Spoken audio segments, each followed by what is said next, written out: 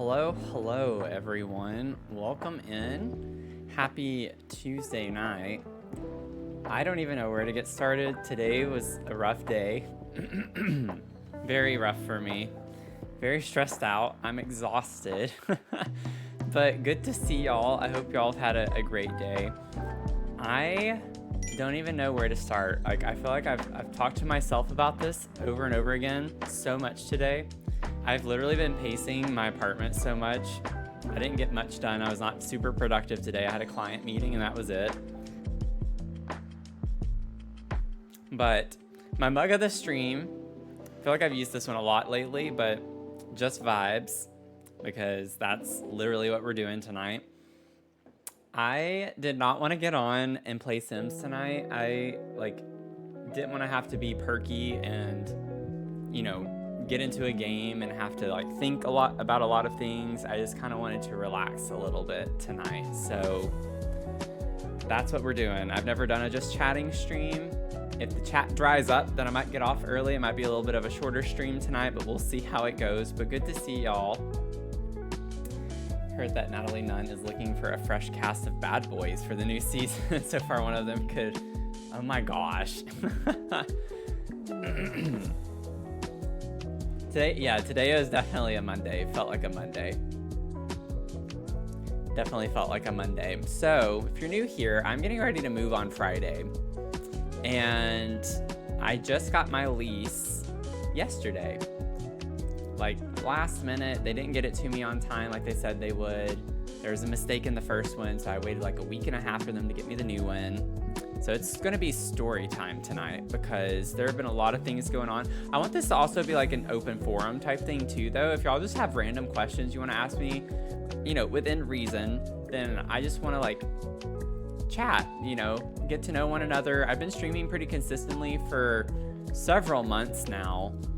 So, I feel like we're overdue for a little Ask Me Anything and just kind of chill, hang out, get to know more about one another. But we were having a lot of fun in the Discord earlier today, and I was just like, I'm in a chatty mood, so why not just do a chat stream? So I'm really sorry to those of you who are tuning in and want to play video games. I'm just not in the right mindset for that tonight, and honestly, this week I might not be. We'll see, though. We'll see how I feel Thursday, but I'm pretty sure it's going to be a pretty chill week otherwise. But yeah, we're gonna yap. I'm gonna give y'all some tea. So what happened was I was going through the lease, and y'all know about the condition and inventory form where you have to walk through the apartment and you find little things that are wrong so you don't get charged for them, and you write down and notate them. Well, legally, you are not, supposed to sign that or be forced to sign that without seeing the apartment. So it's your world, you just live what you do. Cleaning the yard after mowing earlier, chill weeks necessary. Yeah, I'm glad we're all I think we're all in that boat right now. But what was going on is the e-signature for a lease. I don't know if it's because they want to force you to obviously go through every section. Usually with a lease, you sign at the very end.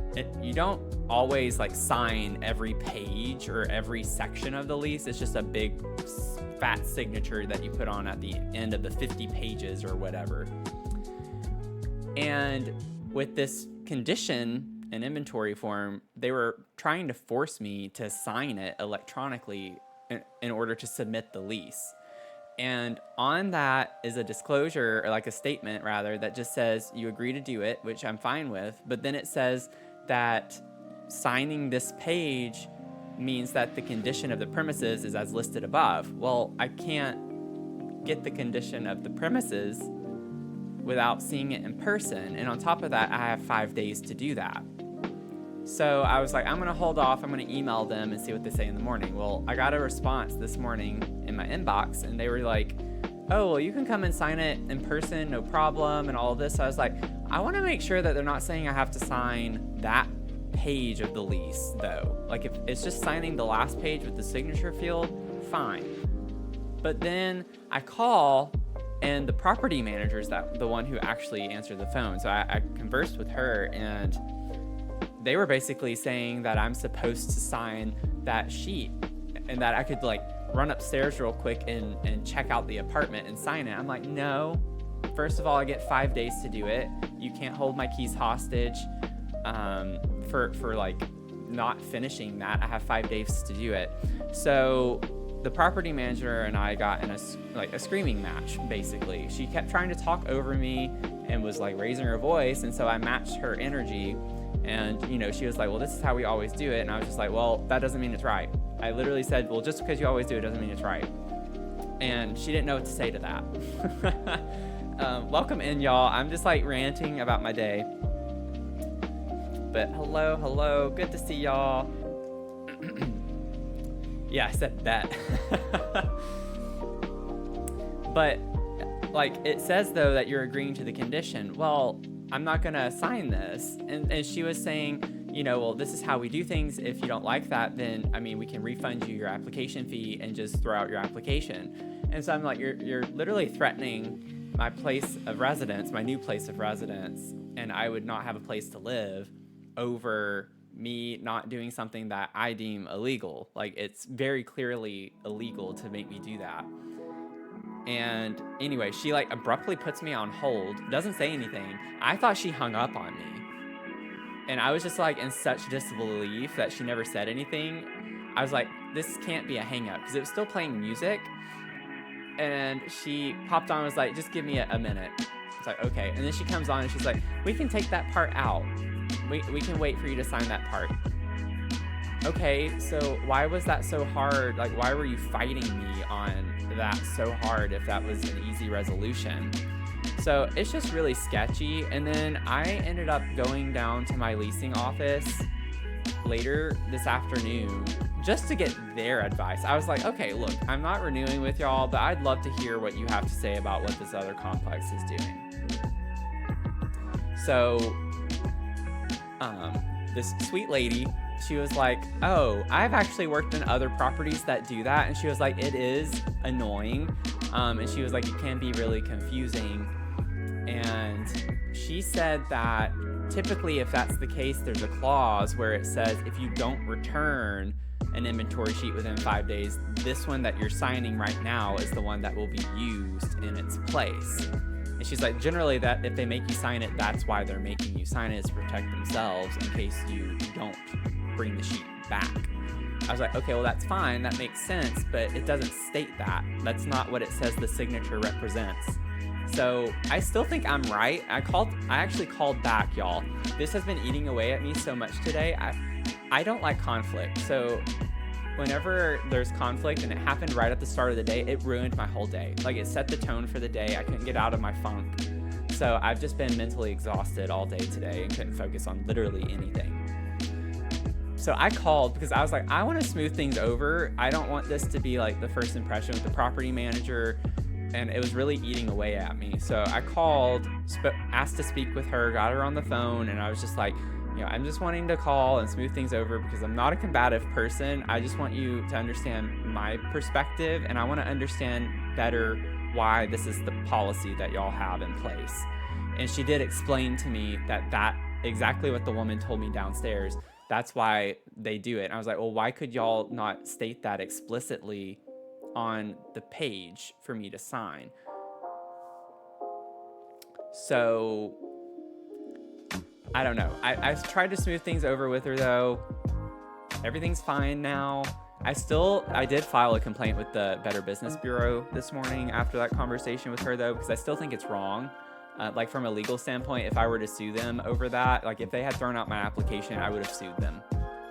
Because technically from what is on that page and what is in the lease, they cannot make me sign that page. Like it goes against state law. I am supposed to be able to see the premises before I sign that page. So, anyway, but yeah, I agree with you, Karen Marie. I do think that it had something to do with, I think she had to pause on the phone for a second because I think she realized that she was in the wrong and she didn't want to admit it. But very interesting day to say the least. So that is where I'm coming from my mental mindset for the day. So that's why I just don't feel like playing video games tonight. It's just been a lot. So I'm just exhausted mentally. But thank y'all for listening. That's been my day. So I'm going to go ahead and sign them digitally because I don't want to get there in person. It honestly makes me a little more skeptical that they might do something. I don't trust companies, like anything with corporations. I just don't trust them at all. I urge all of you to be that way, and I feel like most people are, because they're gonna have their best interests in mind, not yours. And I just don't trust that they're gonna give me a paper copy that's exact, and I don't feel like going through and reading the text word for word in person on that. So I'd rather just comb through the digital version while I have the time to, than to rush and do the paper version, if that makes sense. So yeah, but exactly, that's not what's printed on the page. So that's why I feel like it still is not at all great. But yeah, she should have explained it. I agree, Lenny. I agree. Also, welcome in, first time chat. First time chat, you agreeing with me? Love that. What a way to make an impression. But now that I have that and everything, I'll sign the electronic version. I just don't know why they couldn't explain that. Granted, it should still explicitly state that. But yeah, I hope I gave the impression that I'm someone to not mess around with. I read my contracts. My livelihood is based on contracts right now. I comb through them. I comb through everything in them.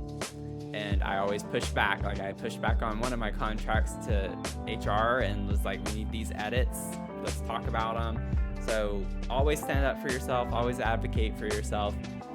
But then on top of that, y'all, you want to know something else? I was signing through the documents. There's another sketchy thing.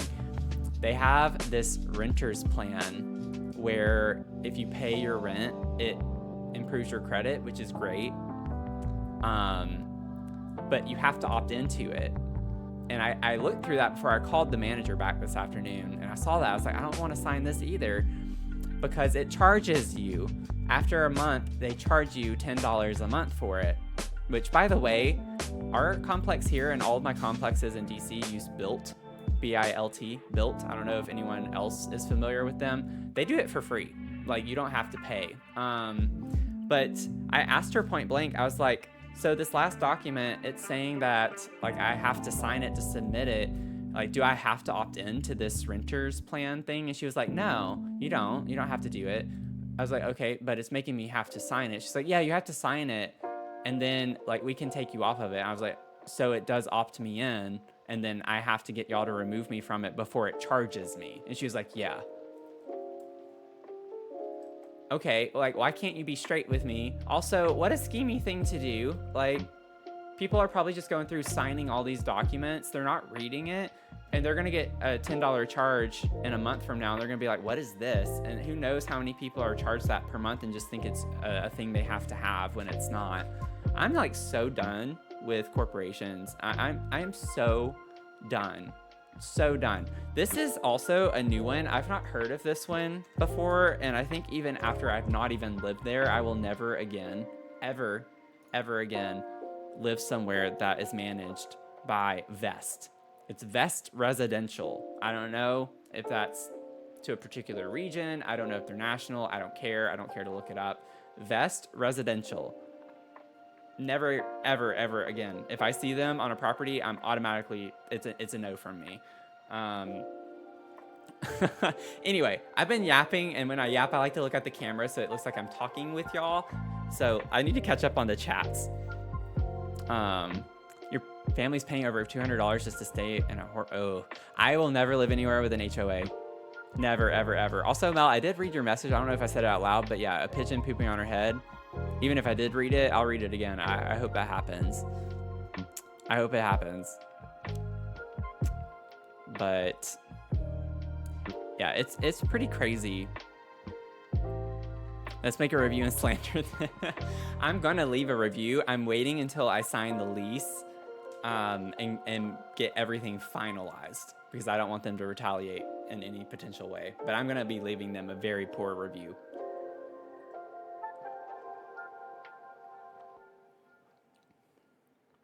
a big pigeon too with a sensitive stomach. That would be great. That would be great. But yeah, so I'm like getting ready to move. I'm not as excited as I was because of all of this drama, which is fine. I think I'll be excited once I get past everything and start actually moving in. Because I am excited about the apartment itself. I'm not at all excited about the complex, honestly. The complex was unimpressive. I didn't really care for the complex. It was actually one of the worst out of all the places I toured. The apartment itself, though, is like the best one out of all of them I toured. So that's what I weighed more. Because I work from home, I'm home all the time. There's a brand new gym opening across the road, and I'm really excited about that. They open next Wednesday, I think. Yeah, I think so. So I'm excited about that. But it's just getting through all these weird hoops and issues that have been happening. So yep, I work out. I go to the gym every day. Well, not like every day. I take 1 to 2 days off a week. But I've mainly been doing cardio the past few weeks. I laid off the weights a little bit. Just too stressed, and I try not to overstress my body. So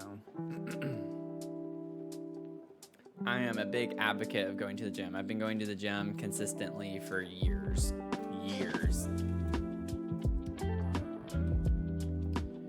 It's like the only thing I have in my routine now that I work from home that's like very consistent. So I start my day off going to the gym when I wake up. Yeah, there's always a chance they'll be bought out by another management company. Yeah. And I thought that to myself too. I was like, you know what? I'm not going to worry about this manager because she might not even be there like 5 months from now. Our complex here over the past year, well, it's been over a year now. I did a 15-month lease here, I think it was, or 14. No, it was 15. And they've already gone through 3 different teams downstairs. And I will say, I think this one's the best one. So I think they have kind of upgraded each time in some capacity, but yeah, I'm hoping that they get some new people who come in because I've not been impressed at all. And one of the person I toured with, she was nice. She's always, I guess, been helpful, but the past few times, I think I've maybe gotten on her nerves because of all my questions and stuff. But she's one of those people where it's like they feel bothered that you're asking them or making them do their job. So it's like I don't like asking her things because she always makes it known that she just kind of seems annoyed with me asking her. Hey, Mac, how's it going? How you doing? We're just chatting today. First time I've ever done a chat stream like this.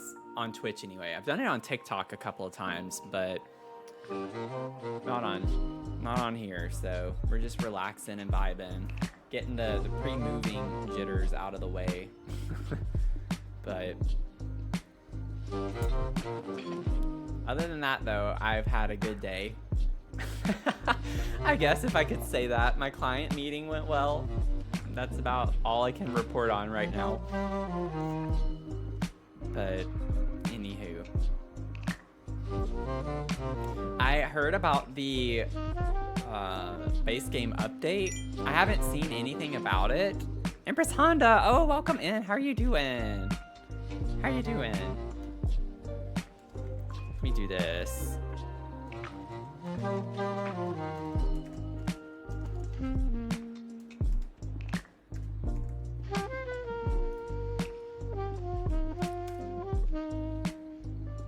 Yo, shout out to Empress Honda. I was on your co-working stream earlier, and then I had a meeting and I left it on, and then I had another meeting. So I never got to say anything else. I ended up leaving after because I had some drama with the apartment complex again this afternoon. So I was like, I gotta go. Yeah, all the mods are broken. I don't know. I was reading there's something about you can start a save file without certain packs. I just like read through some of the notes. I haven't seen it in practice yet in the game, but apparently you can select the packs you want for a save file, and then it like helps with performance if there are packs that you don't want to use or something like that, which is kind of interesting. I like doing limited pack builds, and I know there's like, I think James Turner has this mod or something that you can do to negate packs, but I've never wanted to do that because it scares me and what it would do to my save files. And so I might honestly use that for limited pack builds. Just create a new save file, do the build, and then get rid of the save file. Like, I don't need it permanently. But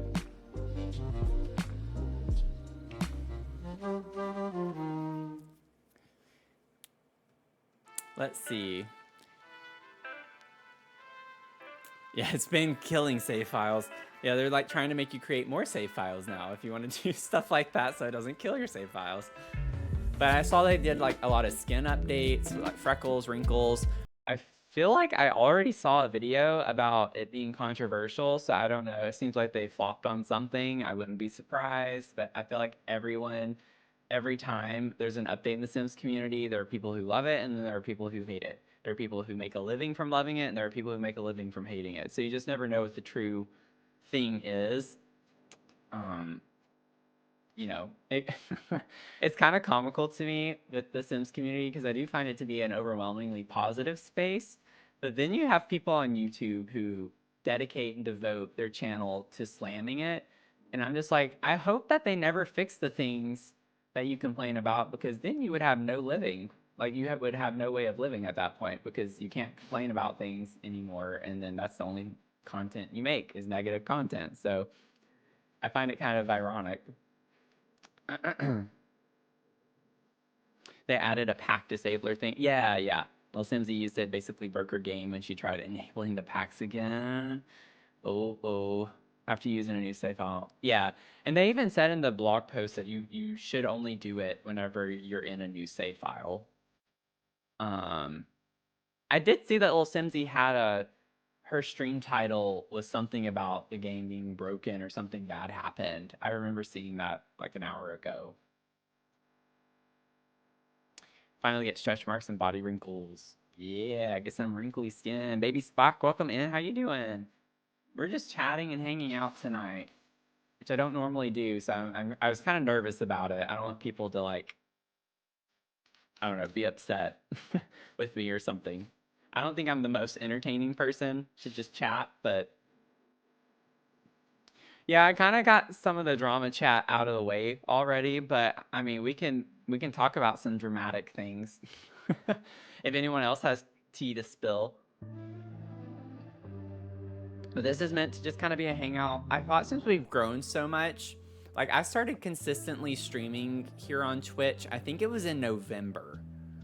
I was streaming some like a year ago in August and September and October a little bit, but I think November is when I really started consistently going for it.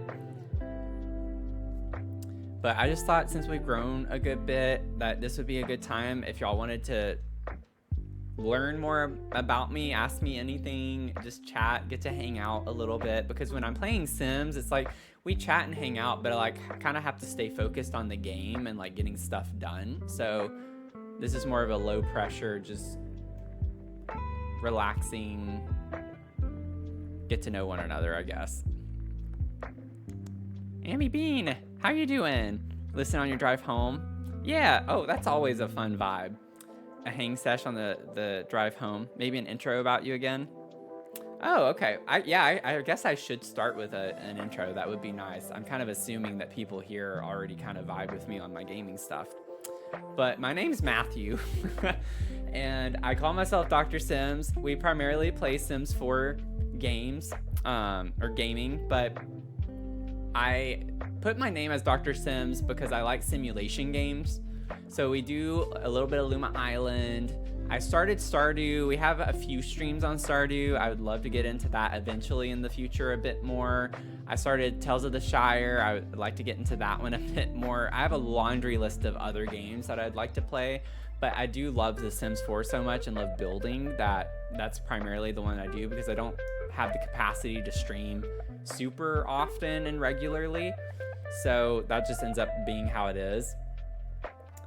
But I do have a PhD, so the doctor in Dr. Sims is actually like a valid doctor. It's not just me calling myself doctor, but that's where that comes from. I have a PhD in nutritional sciences. I focus on pediatric obesity, epidemiology, and prevention. I got my master's in that as well. And then I also have a master's in clarinet performance. I got my bachelor's in clarinet performance. I did a pre-med concentration and a psych minor. So all of the things. I was in school for 11 and a half years to get all of that. I am in $350,000 debt in student loans. So that's a fun fact that I always like to throw out. But I love simulation games. I grew up playing Final Fantasy. That was one of my favorite games. Not saying that's a simulation game, but from a gaming perspective, I played Final Fantasy a lot. I love RPGs. And then I also did grow up playing Sims 1, 2, and 3. So I absolutely loved The Sims when I was growing up. Oh man, I don't even know how many hours and days I spent playing Sims content growing up. But I took a break from it after Sims 3. I didn't like Sims 3 that much as a kid. I liked the customization. I appreciate it a lot more now, but at the time it was very overwhelming because it was such a new concept that you would pick your material and then on top of that pick the color of every object in the game. And I didn't like that level of customization at the time because I wanted everything to match and stuff, and I would spend way too much time trying to figure out things like that. So I would say Sims 2 was definitely my era for the Sims franchise, and I love Sims 2 for Business. The Open for Business was my absolute favorite. I thought the concept was so much fun. I will never forget that. But I started playing Sims 4 back in 2020 during the pandemic, and I rebuilt my childhood home. That was like one of the first things I did, and I streamed a little bit. But Finn and I actually streamed Fortnite a lot back in 2020. We played Fortnite all the time, and that's where I really was streaming a ton, was playing Fortnite. And then I took another hiatus from playing Sims, so I only did it for a little bit. Then I eventually came across Lil Simsy on YouTube, started binging her videos, and then got encouraged to play it more. And then I picked up The Sims 4 again back in February of last year. So it's been about about a year and a half that I've been playing it a bit more building and playing it consistently. So that's like a quick overview on that front. Um, what am I most excited about in the coming months? Ooh. Well, other than stating the obvious, I guess, with the move, I am excited about having a den. My new apartment's going to have a den space where I'm going to put my gaming stuff. So I will no longer be in my bedroom.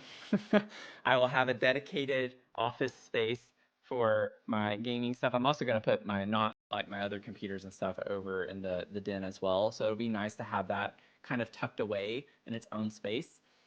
But I am excited about potentially finding a new job. I really need a new job, something with more stability. I currently freelance. I have 3 different contracts with different companies right now. I enjoy freelancing. It's just very nerve-wracking because you'll have really great months and then other months not so great. And the work has been kind of slowing down a good bit, which makes me a little anxious and struggling. So I need to find a job. That's what I'm really excited about, though. I need to find a job. But I'm also excited about some of the stuff that we're doing with the streaming and the content. We're growing, and we've been steadily growing a pretty good bit, honestly. Like we're at 454 right now on Twitch, which is incredible. Incredible. I appreciate y'all so much.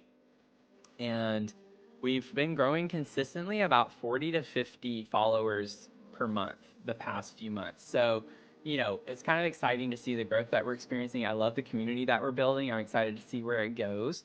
We've done so much in such a little time, especially now with the Discord and just getting to hang out in that capacity. And that's what I think I'm most excited about, is just more the community. So we'll see how that goes. But other than Sims, what are some of your favorite games? The first game you ever... Oh my gosh, that's so funny that I kind of started answering that without seeing your message, Baby Spock. Um, First game I ever played, I don't remember my first game I ever played. I remember playing like Spyro, the dragon game on PlayStation, like the original, the first PlayStation. Remember playing that a lot. There's so many games. So I played a lot of Nintendo 64 games actually too. So like Mario Party, Mario Kart, things like that. We had a Nintendo 64 growing up, so I don't remember all the games, but I was obsessed with Mario Party. I still am. I love that game so much. But I have been camping. It's been a very long time, but I have been camping. I've never gone rock climbing. The furthest place I've traveled, I would say, is New Zealand. So I did an internship in New Zealand for a whole summer, and I lived with a host family there, which was a really cool experience. I interned at the Medical Research Institute in Wellington, New Zealand. So that was really cool. I've also traveled to Italy. Not that I'm very proud of that now. I'm not going to get into that conversation too much. But New Zealand, for sure, I think is the furthest. Okay, now you're just trying... Yeah. I noticed with the what's your first pet's name, I was like, wait a second, that sounds like a password question. And then what's your mother's maiden name? That's funny. I'll say my first pet dog's name that I like actually got for myself as a kid, my own dog. I had a ton of dogs growing up, but I named her Happy. She was a Maltese Yorkie mix. Okay. Sims 10 or like Final Fantasy, give me them all. Yeah. Final Fantasy, I really, really liked Final Fantasy X. Final Fantasy X, 10-2, I liked the storyline with those. That's the one that like sucked me in the most. Like Final Fantasy X, the story with that one. I know like Final Fantasy 7, I like Final Fantasy 7. That's like the big one.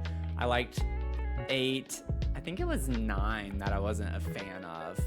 I can't remember though. It's been so long. So long. Sims 3 wasn't your vibe either. Yeah. Finn's just one of my friends. Yeah, thanks, Mel. Yeah, she's just one of my friends that I play Fortnite with. We do Fortnite duos.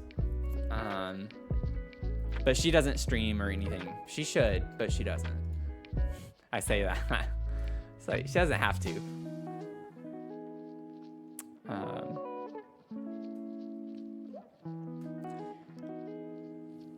You're quiet. If I'm quiet in chat, it's because you prefer to lurk versus speak. Oh, that's fine. I'm all for the lurkers. I heard Empress Honda say earlier, and I haven't confirmed it, but apparently Twitch doesn't count you as a viewer unless you chat now. So if you just lurk, they don't consider you a viewer, which is kind of interesting. I don't know if that's true or not. I'm not calling her a liar, but I'm curious to read more about that. I need to Google that and see like what's going on with that. Could dance in chat. Yeah, put all your dancing emotes. Technically, your first pet was a ferret? Aw. My aunt had a ton of ferrets growing up. They kind of creeped me out at first when I was a kid. They freaked me out a little bit. But I can't remember what my first like pet was. I definitely had some fish. I remember having fish. I had hamsters when I was a kid. You have a biology master's that you got May 2024, been on the job hunt since. That's what's so frustrating. I hate hearing stories like that. It's so frustrating. I'm so sorry. Yeah, like I'm in ed tech. My degree is in nutritional sciences. I would love to stay in that realm, but I just can't find jobs in that realm. And when I do find them, they're not good matches. I had some interviews with a couple of companies 1 or 2 years ago. Well, 2 years ago now. And they were very transparent and upfront. They were like, we don't have great work-life balance, which I appreciated them being honest, but they also had this whole incentivizing thing where they rank their employees. And if you're in the bottom, then they have to create this whole plan, or so. I was just like, I do not want any type of competitive environment, like where I'm gonna have to bend over backwards and kill myself trying to work so many hours a week to stay ahead of other people. That's absolutely obnoxious. That's more academia focused. I'm just like, I'm getting out of academia to not put myself through stuff like that. But that's America for you. You have PTSD from having hamsters? Oh no. Oh no. I will say it got stressful because I had two. They had this huge cage, but apparently you should not have multiple hamsters in a cage. But I had two in this really big cage where they each had their own house at the top of each side, and they were fine for so long, and then all of a sudden they just would start fighting all the time. And it was so hard to keep them that way. We had to separate them. But that's one of the only things I really remember from having them. I remember the little hamster balls running around, but I remember being so sad whenever they'd start fighting. Yeah, I would love to leave this country. I have looked into it so many times, but it's just so expensive that I just can't do it right now. But the ultimate goal is to leave the country. The new American dream is to leave America in order to, have a house and a family and afford to have both. So that's the goal, y'all. I don't want to be here.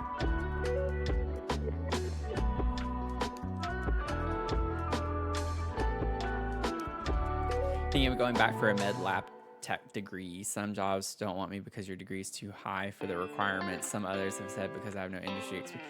Yeah, I can get that a little bit. Yeah. I always hate the whole, oh, you're overqualified. It's just I just want a job. If I'm overqualified, doesn't that mean I can get the work done quicker? I was talking to one of my friends earlier today about that, actually. And I was like, I'm too good at my job. I'm too good at my job. I do my work too quickly, and then I can't charge as much because I'm a freelancer. I charge for my hours. I have a good rate. I have a decent rate, but it's still not enough. And I think it's because I'm too good at my job. This one contract I have with a company, I just finished a study for them. I did the whole study in 7 hours. The data cleaning, the data analysis, the write-up of the report, everything. I did it in 7 hours.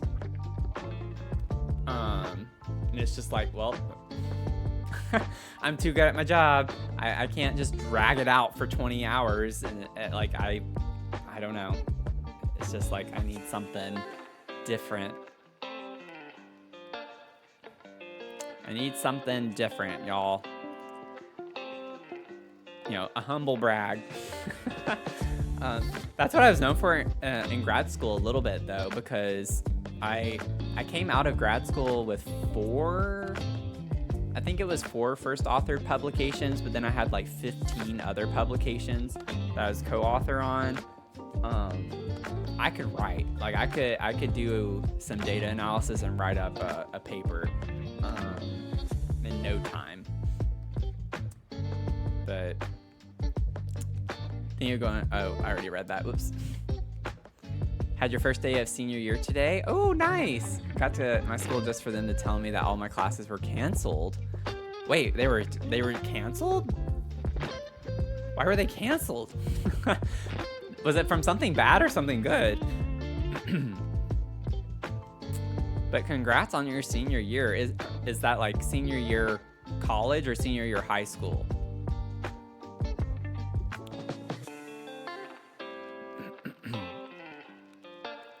When an employer thinks you are overqualified, what they really mean is we don't think you'll stick around long enough to make the cost of training. Yeah. It's the work is just gonna be boring, or just not the right fit for what you're looking for at the time in your career.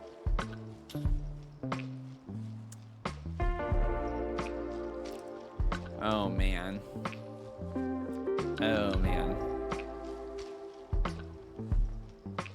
After you finish paying for your wedding, congrats on the wedding. Congrats. After I finish paying for my wedding, I'm planning on going back to school for data analysis, desperate for a career change. Nice. I love data analysis. Like I think that's one of the most, what's the word I'm looking for? Not technical. It's the most, why can't I think right now? Like, I'm trying to think in terms of like a resume, selling yourself. Like, I can't think of the right word right now. But data analysis is definitely one of the best skills you can get when you're in grad school. And that's what I did. That's why I'm able to do what I do now. I'm like a quantitative research scientist. And so I do a lot of data analysis, and that's all because I learned all of the skills in grad school from doing data analysis. The teacher just didn't show up. That's crazy. That's crazy. Marketable. That's what I was thinking of. That's the word. Data analysis skills makes you very marketable. It translates to any field. So I'm in ed tech now. Degrees are in nutritional sciences.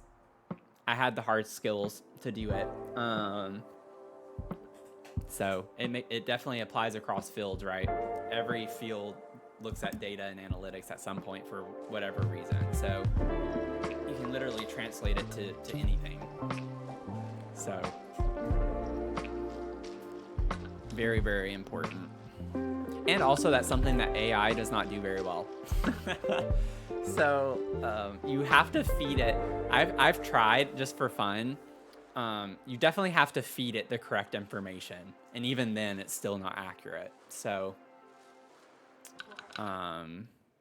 it's a very secure thing to do. So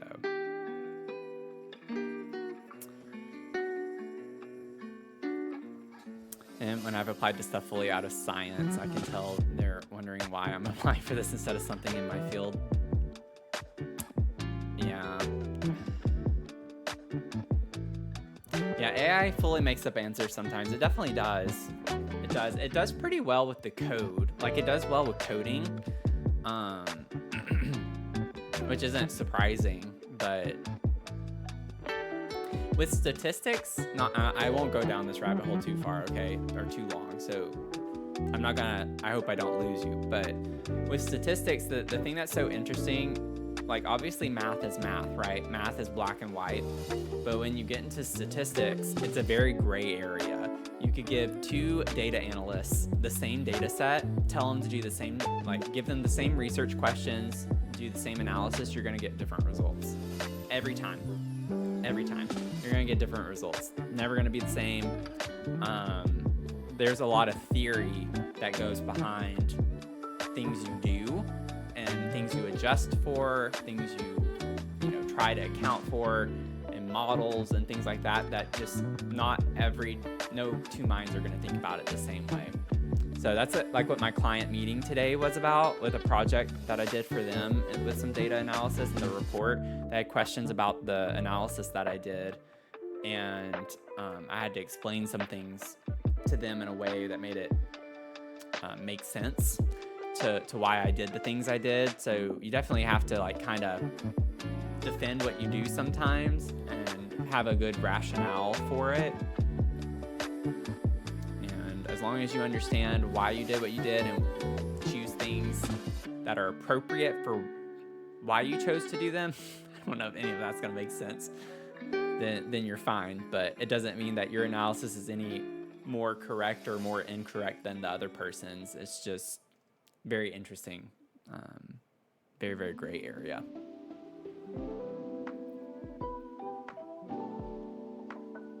Yeah, I've actually I interviewed for a professor. It was like an adjunct position. They don't make enough money. I was going to teach an online intro to nutrition course at I think it was University of Maryland Global Campus, UMGC. Yeah. They were like ready. They sent me the paperwork without even formally telling me that I was selected to be hired. I was like, whoa. Like, I have not accepted anything. I actually ended up declining it. they were very excited to have me. But I was like, no, that was a couple of years ago. But it's like, no, that's not enough money. I was like, they were 8-week-long courses or something like that. It was like an online course, and I was only going to get paid, I don't remember how many hundreds of dollars. It wasn't even going to hit $1,000 to teach a full course. I was like, no, no, thank you. No, not for me. I'm not trying to get into academia, so this is definitely not a good step for me.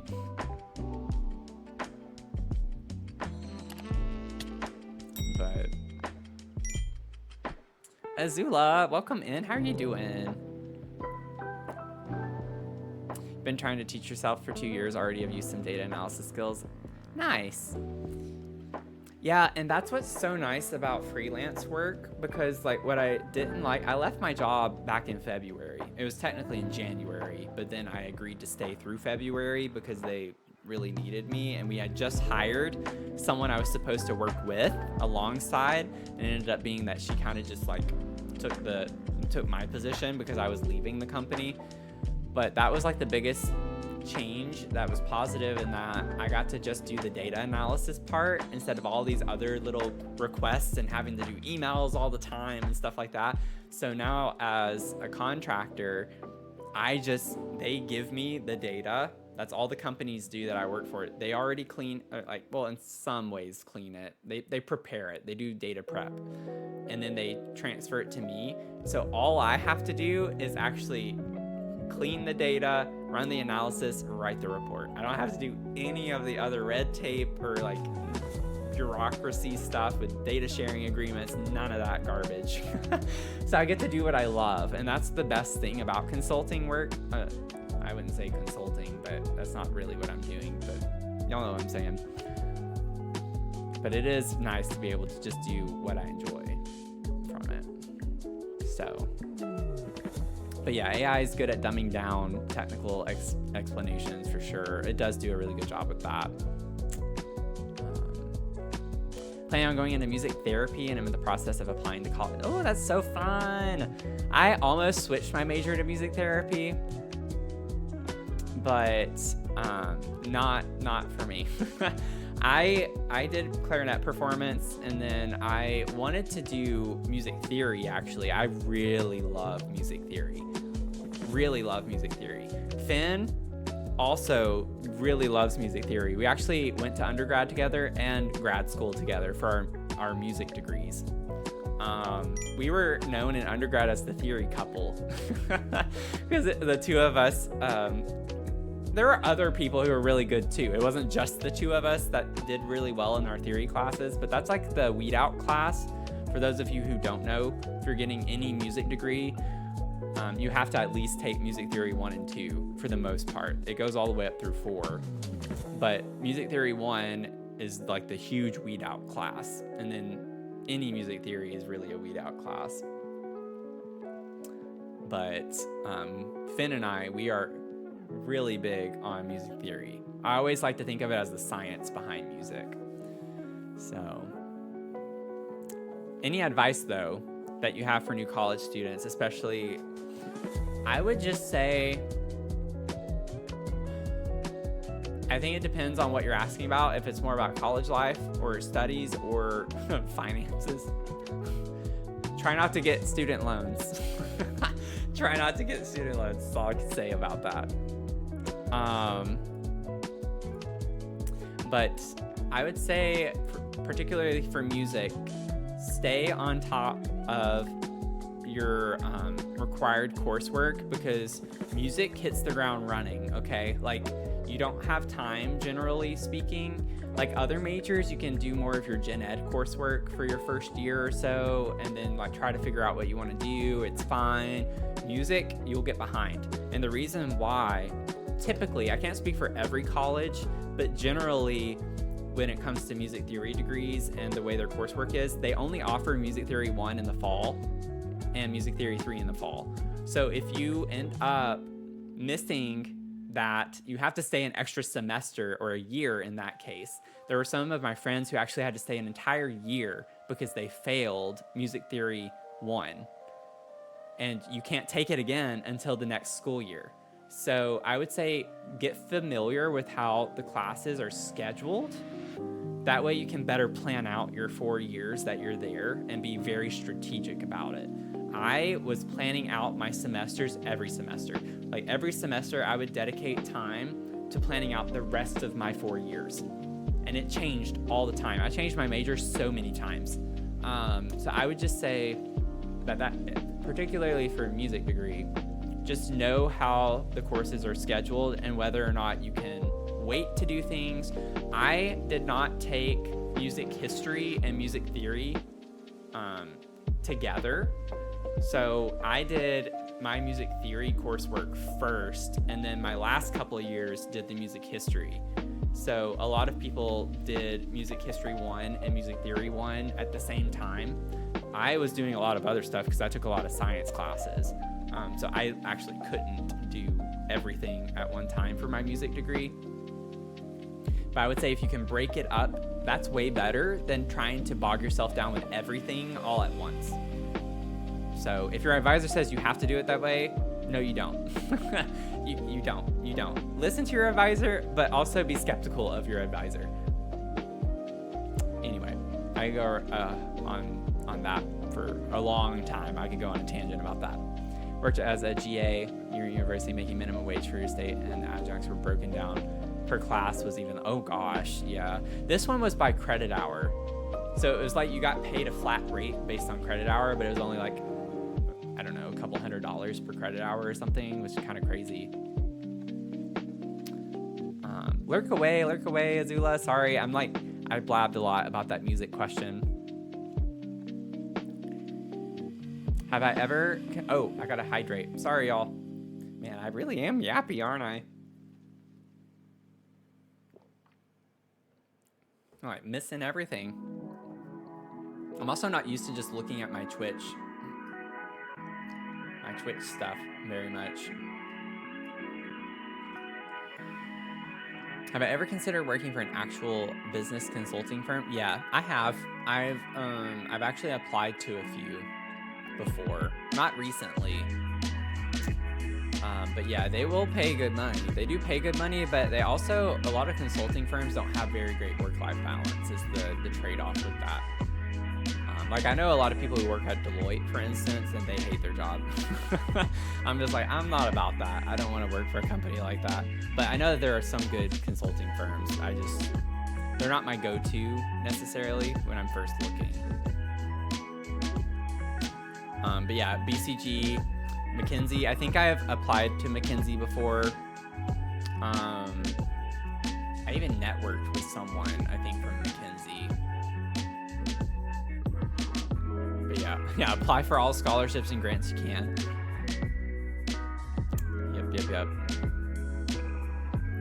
I did my undergrad at University of Alabama and then did my grad school in music at University of New Mexico.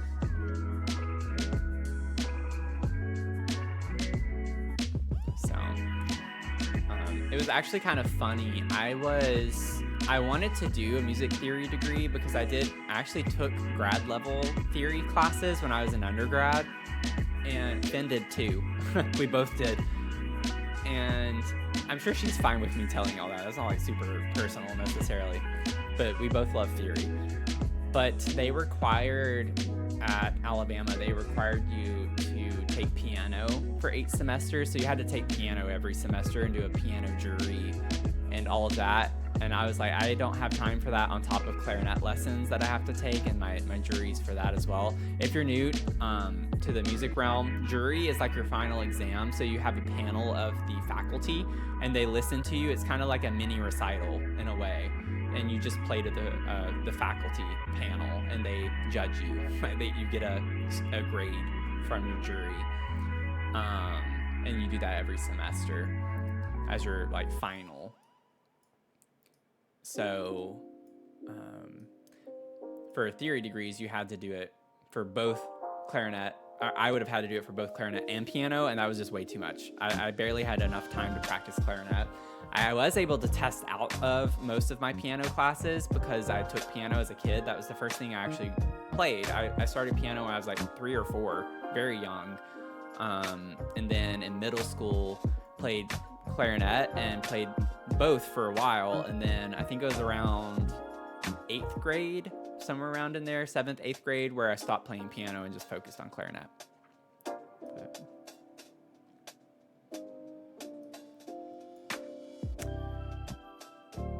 done cleaning the yard for today. About to get some water and chill. Nice, you deserve it. Just relax. Just relax a little. Any instrument you wish you learned? Oh God. First of all, I wish I had stuck with piano. Because when I say juries, every music student has to do one. And pianists make bank. They make bank during jury season. Most everyone has a piano accompaniment to their piece. So if you're a piano student, you could make so much money during jury season. I wish I had stuck with piano and gotten a bit better at it. But I would say that if I learned another instrument, I honestly would have probably tried to do, I don't know. I really like French horn. But I don't know if that's one that I would choose necessarily. French horn's like my favorite brass instrument, I would say. But double reeds, anything like oboe, bassoon, you're gonna make a lot of, you'll get scholarships. Like, that's a good one to choose strategically for that reason. But yeah, I would say French horn. Whenever I was getting into middle school, we couldn't get into like the beginning band until 6th grade. I know some schools started at 5th grade. Unfortunately, not ours, which is common in the South. They barely have any money for arts at all. So aside from Texas, I don't really consider Texas the South though, not the true South. But I had trumpet as my number one when I was a kid, and I only chose trumpet because it had 3 buttons. I was like, oh, that's not that bad. Not understanding how a trumpet worked. And then I had clarinet. So I went from like 0 to 60 because I chose one with 3 buttons, and then I chose clarinet, which has like 30 buttons. And then I had flute as the third because my mom played flute. And so I definitely got the music. Like the music side came from my mom because she was like a drum major. She played flute, piccolo, like very much into band and stuff. Not my dad at all. My dad was more athletics, and that's kind of the story of me and my brother too, because my brother was definitely more into the sports side of things. I played basketball consistently. I played every sport, but I think whenever I was put in the outfield in baseball and I was playing with butterflies, I think that was my time to know that baseball was not for me. But anyway, I would say that I'm glad that I ended up with clarinet. I love clarinet. Yeah, not the Texas slander. You learned the violin. I wasn't even thinking of string instruments, but violin for sure. I actually think I would have loved to have learned violin.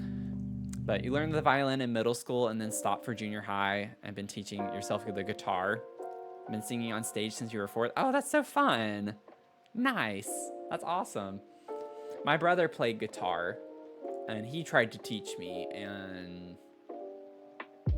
I think I could have gotten it, but having your older brother be your teacher, not a good idea. I just get mad at him and he'd get frustrated with me, and like just kind of one of those things like, why can't you do this?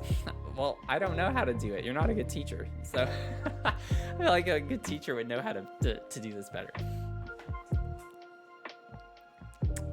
But least favorite food and then most adventurous food. Oh God. Okay, least favorite food? Do I have a least favorite food? I can think of something very like lame, kind of like, I'm not the biggest fan of green peas. Like, I'm trying to really think for a least favorite food here. I'm not like big on beans, I guess, either in general. I like black beans, but that's about it.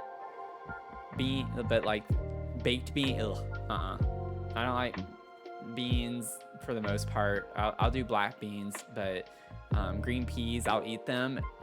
Not a big fan of them though, kind of situation. And if they're mixed in with other things, it's fine, but just by themselves, I'm not the biggest fan. Most adventurous food, I feel like I've tried so many things, but then I can't think of any. It's one of those questions. I'm trying to think if there was anything crazy like in Italy or something like that, but I don't think I can think of anything. I've had octopus, but I mean, that's kind of normal, you know. It's not normal for, I guess, our culture here in the US, but for, you know, Asian cultures, I think that's pretty normal. I would say that's probably one of my weirdest, I guess, if I had to choose one. That's a good question.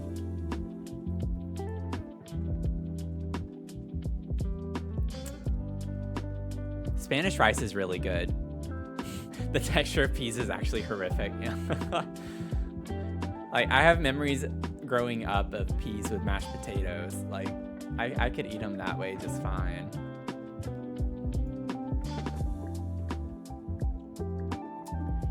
Yeah, sushi's so good. I love any type of seafood. There has to be something. I'm sure I could think of something more adventurous, but I mean, I eat so much. I love trying new foods, and like my friend Reem and I, whenever we lived in Austin, we actually would go all the time. We went to so many restaurants, y'all. We were actually considering starting a food blog together. There's a big food blogger called The Taste of Coco, and she puts out this list every year, and we would always try to go through her list. So it was like a list of 100 restaurants, and we try to hit all of them. There was one day where we literally went back to 4 different restaurants.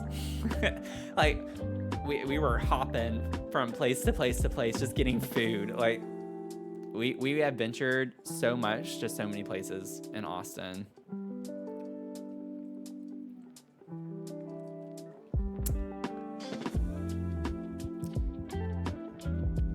Coco Peru, what is that?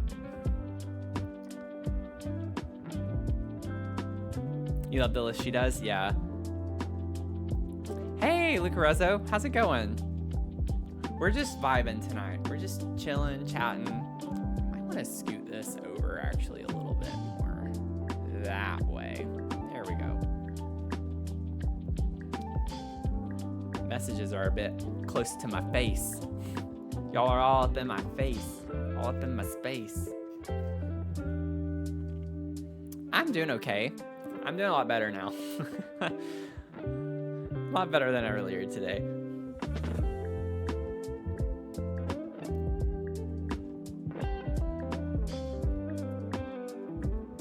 So, I am curious, like, if you had to live outside of the US, where would y'all live? Like, what country? What country would y'all choose? I'm curious to know, like, what regions people are interested in.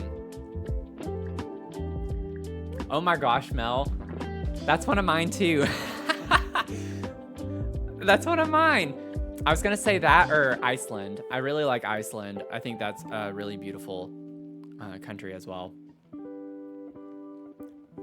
But yeah, like Ireland, Iceland is kind of like where I feel like I would vibe.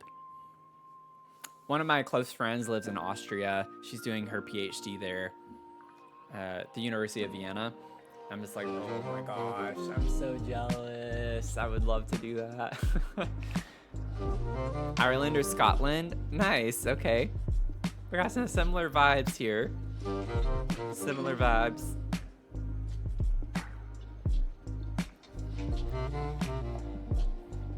You have a friend in Northern Ireland? Oh my gosh. Please just let me live in y'all's bathroom and get me out of the US. Yeah, it is funny. Like, I'll talk to my friend in Austria about trying to move a lot, and she'll send me like some ideas for jobs and stuff, but it's like just the whole process of getting the visa and everything. I'm just like, I feel like it would be so difficult to find work over there. Like some countries, like New Zealand, for instance, I was like actually talking to the place I interned, and I've even reached out to them before to see if they had openings. But like some countries are very, very focused on only hiring its own citizens. So New Zealand is one of those places where you basically have to have an argument for why they have to hire you over someone in their country. And it's like a lot of hoops you have to jump through. You have to prove that it's a gap that people in their country can't fill type situation. So it's like a lot harder to get a job in New Zealand for that reason. Now that was 10 years ago. It might be different now, but that's what I was told by the people I worked with. Yeah, and the worst is that you still have to pay taxes. Yeah, I think that's the biggest scam. But at the same time, if you never come back to the US, do you? This is not advice. Do not take my advice. But how would they know? Like, how would they come after you? You know? Like, what are they gonna do? You're in a different country. What are they gonna do? I think I just broke one of my pins. I'm gonna have to figure out how to fix that later. No. Oh, I can fix that. Okay. I'll fix it later. I need to stop playing with them. I'm like fiddling with things. Yeah, it would pay off. I mean, I got my passport renewed literally the morning after the election. So, and I got that thing in record time too, let me tell you. Definitely not nearly as long of a process to renew a passport as opposed to getting it for the first time.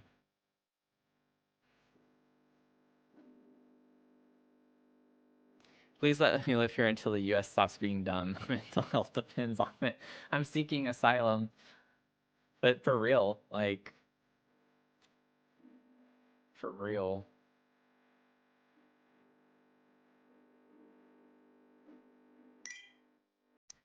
Leah, welcome in. How you doing? Thanks for the 56. 56 streams.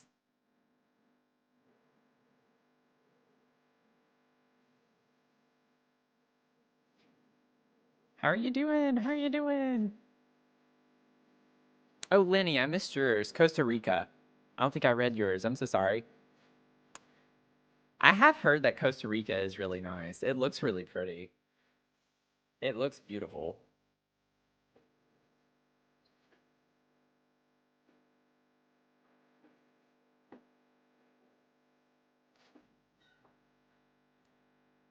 All the sloths.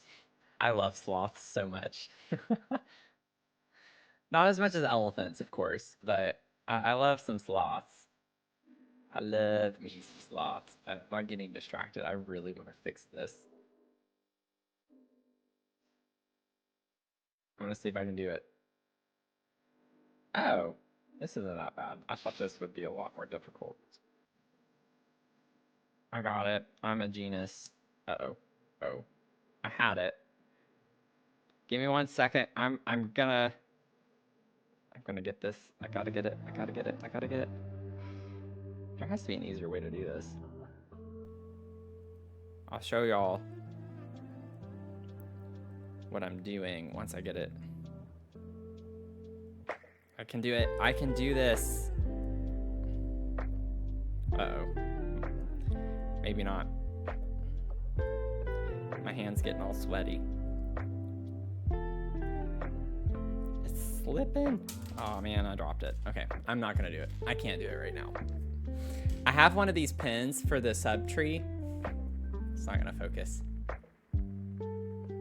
Focus! And I broke it to where like the thing popped off. It can be fixed. It's just the wire is too tight. Yeah, my genius card's revoked. Oh, you're fine. It's been an eventful. Uh-oh. The next door neighbor and I were literally herding cats. She knows a lady who works for the Humane Society oh, okay, something who picked up the 2 outside cats and all the kittens and to get them all fixed. Oh, wow. Yeah, you're dealing with a lot with that right now with all the kittens. That is very, very eventful. But that's really nice that you know someone who can do that. Help you with that. That'll be good. They do look cute. If y'all want to see the kitties, you can join the Discord. Leah put pictures of some kitties in the Discord that are really, really cute.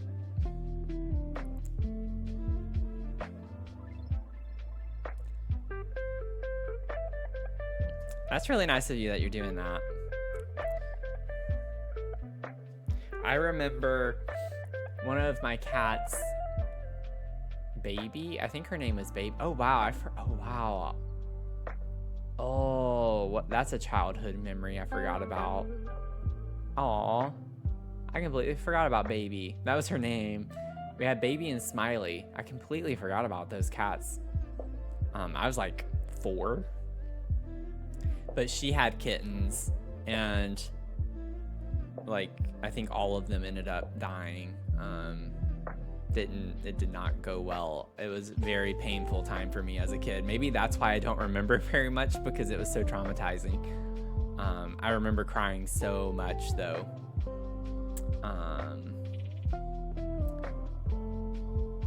I don't remember the reason. Like I don't remember what happened, but all of them were just sick. Like they all got really sick.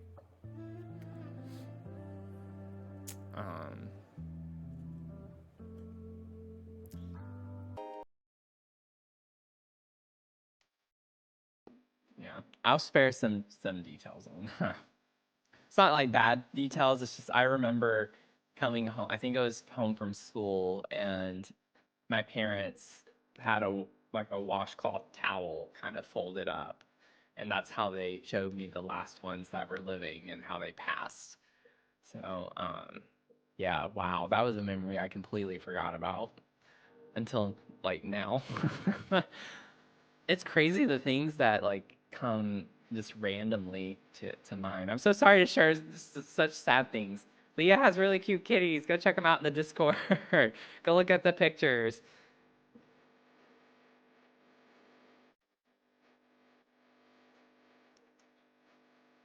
4 litters a year. Oh my God. I don't know if that was my first experience with death.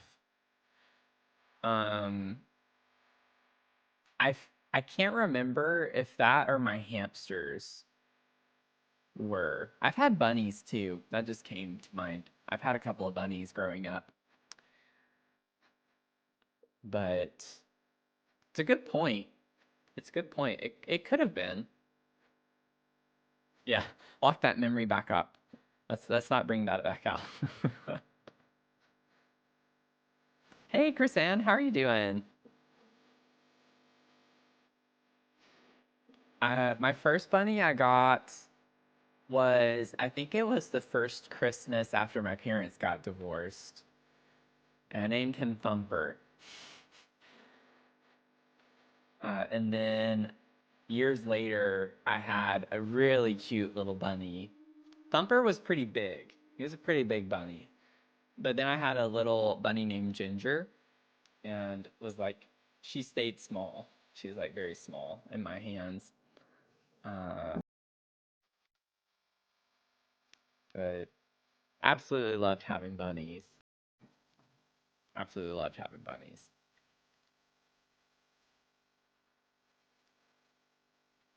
I've like been so keen on having a dog, and that's like my main pet, that I kind of forget that other pets exist. Like other types of pets exist that people may want other than a dog. Dogs are the best, but you know,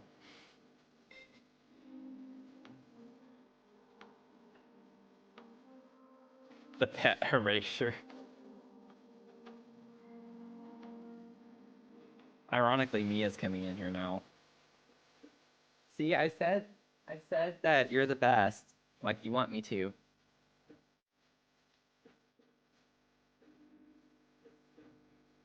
Oh, I also had turtles. Oh my gosh, y'all. How many pets did I have? I fixed it.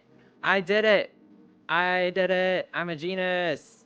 I get my genus card back. It just won't focus. Okay, y'all are gonna have to take my word for it. I fixed it though. You wanted a hedge? Oh my gosh, hedgehogs are so cute.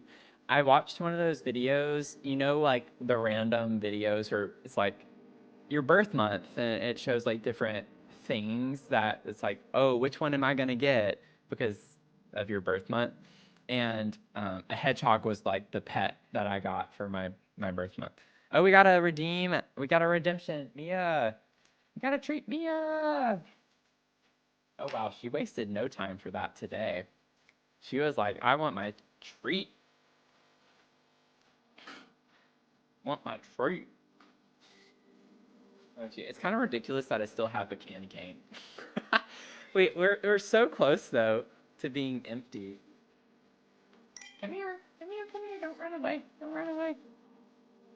Oh, and we got a cat picture.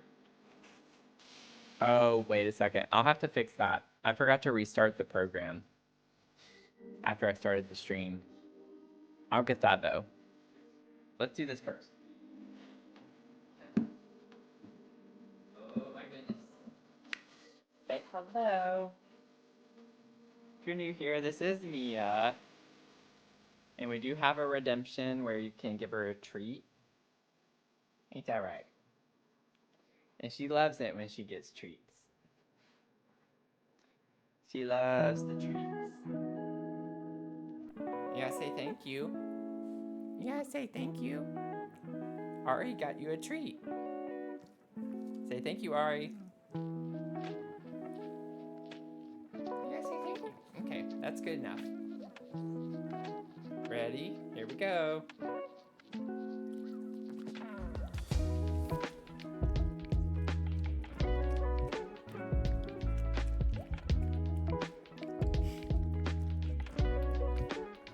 All done. Was that good? Yep. And she burped in my face. So there you go. There you have it. It was really good. Thank you, Ari. Ready?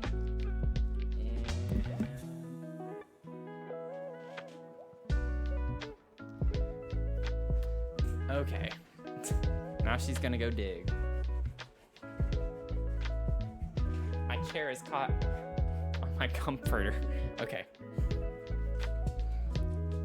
Yeah, her little smile, sometimes she'll get a little snaggletooth, but like it comes over. It's kind of funny too. But yeah, she'll smile. Like, she has a very distinct smile. Okay, so who had the cat? Baby Spock, you got the cat picture? Let me do this real quick.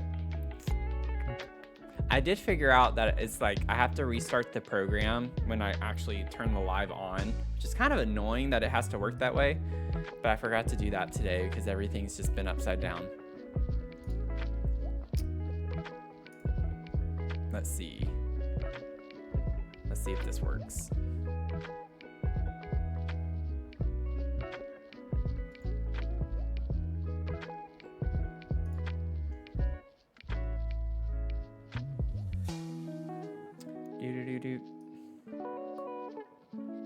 There we go. I'll have to change who it's for. But there's your kitty. Oh, it's not showing. What is going on? There's your kitten cat. I thought I added it to this screen. Yeah, it should be on here. I don't know why. Everything's just not working the way it's supposed to, I suppose. But I got your cat. I'm gonna write your name on it so I can fix it. It has the wrong name on it. Kitty is not for Kev the Builder today. It is for Baby Spock.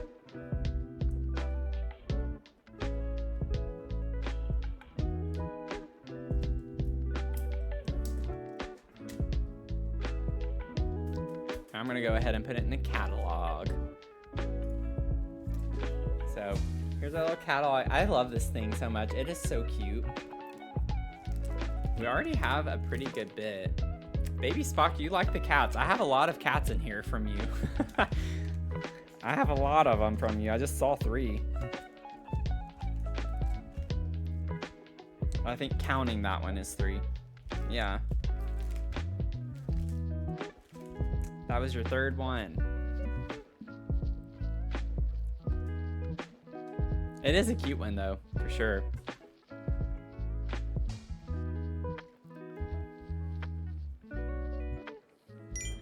It's cute. It is cute. Oh, we got a fortune too. Okay, let's see here. Yeah, it's not working on that. Conquer your fears or they will conquer you. Conquer your fears. Conquer your fears. They will conquer you.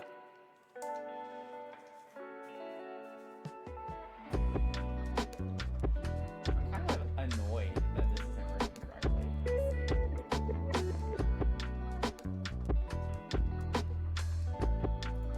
It should be there. It should be there. Yeah, 'cause there's the frame. Not sure why that's not working. It'll work itself out, probably.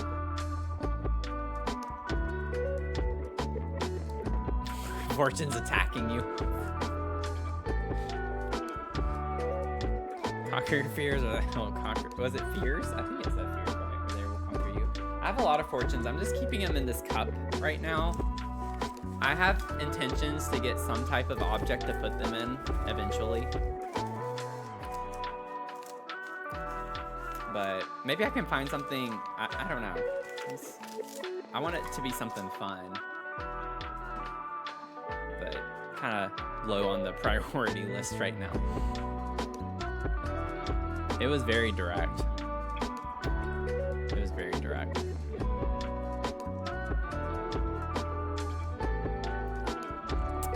Mel. Oh, that's a good question. What is one thing you've learned this year, whether for good or bad? I would say when you know something isn't working for you, like, and it brings you a lot of stress or unhappiness, do whatever it takes to get yourself out of that. It won't get better. I think the biggest, in my opinion, I think the biggest lie we tell ourselves is it's going to get better without actually actively doing anything. And so even if it's the hard thing to do, I think it's good to do it. And, you know, that's what I'm trying to live by. That's why I'm moving to Fredericksburg. I don't want to be in Fredericksburg, but it's a lot cheaper. It's going to help me save money in the long term.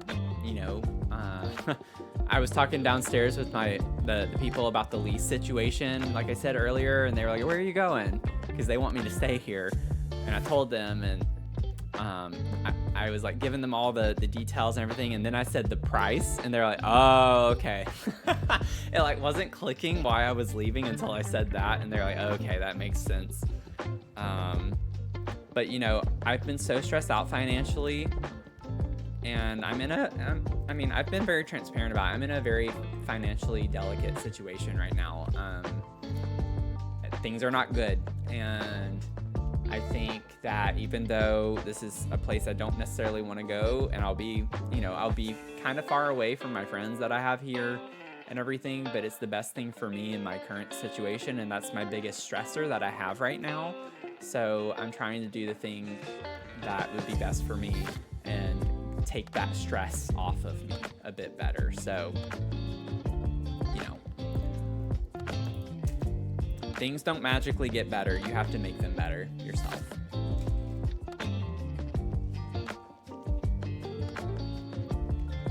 So, and I did that when I left my job too. You know, was that smart? No, it wasn't from a financial, and that's why I'm in a financial pickle right now.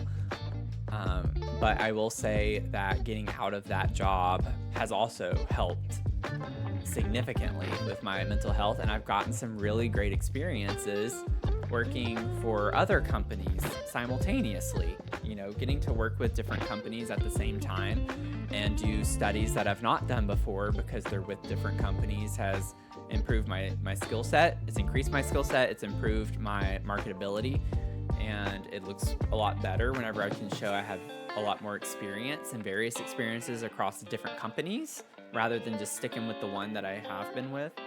So, I think there are a lot of other pros to it that outweigh the cons in that regard. So, I think I've really been trying to live that way this year. Make the change, be the change that you need. I mean, I left my job in January. I was trying to start the year off with that mentality. So,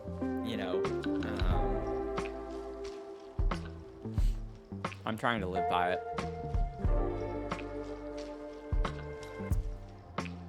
Lost Time Machine, welcome in. How are you doing? Thanks for the 43.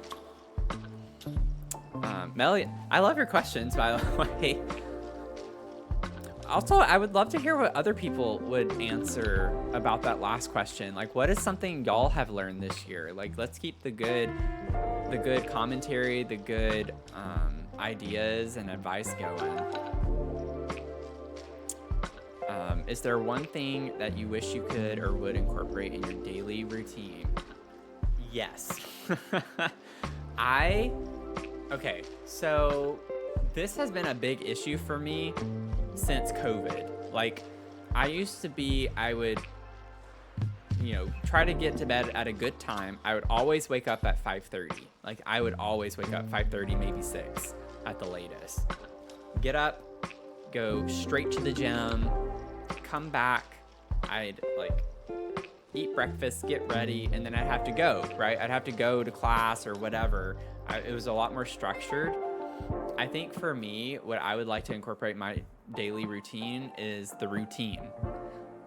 For me now, working from home, everything is in flux. There's no rigidity to my schedule. I don't have to go anywhere. It's easier to just sleep in. It's easier to let things like that kind of happen.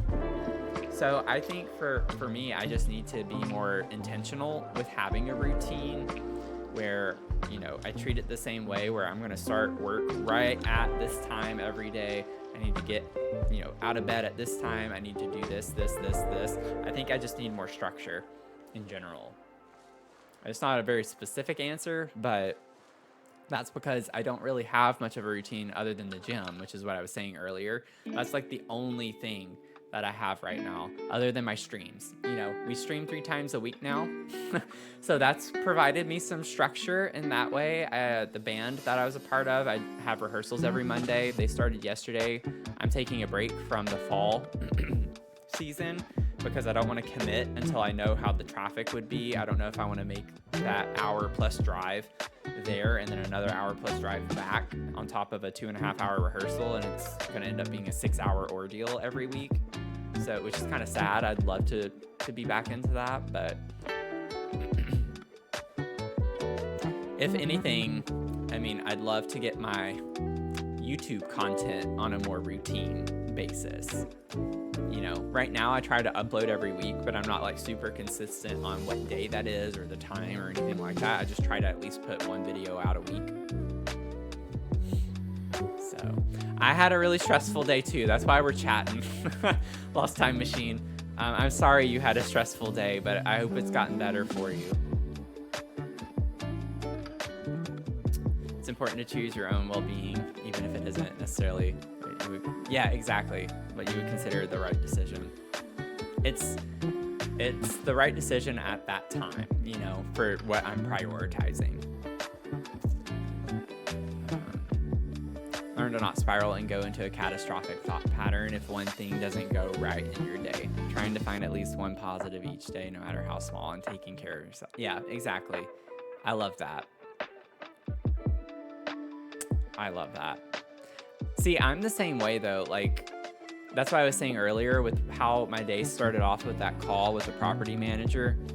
And that just kind of got me into what you're referring, a catastrophic thought pattern. That it ruined my whole day. The whole vibe, the whole tone, the energy was off all day long. and I couldn't get anything done. I was so unproductive today, which is not good because I have a lot of things I need to wrap up before I move Friday. But yeah, life has no rules. You make up the rules. If there is a rule holding you back, you can change the rule. Yeah, as long as you aren't hurting anyone, of course. Yeah, I like that. I think that goes kind of well hand in hand with what I was talking about earlier. With, you are the change. Like, you have to be the change. Things aren't just magically going to get better. If you are in a bad situation that you have control over, you have to be the one to get yourself out of it. You can't, you can't just keep complaining about it and not changing anything. I have, like, sometimes with my friends, I'll be that way and it comes across as cold, but I'm very much like how do I put it? Like, I obviously love my friends, but I'm very much a tough love type person in certain situations with my friends, which doesn't always work with everyone. So I try to not do it on everyone. I try to read the room. I don't want to, like, be mean to someone or have them think I'm being mean, but I can be very much a tough love person. Because there comes a point when I hear you vent to me about a lot of the same issues, but then I look and you're not doing anything to change them. So it's kind of like, well, what do you expect? So it's like, I think some people need a push every once in a while, though.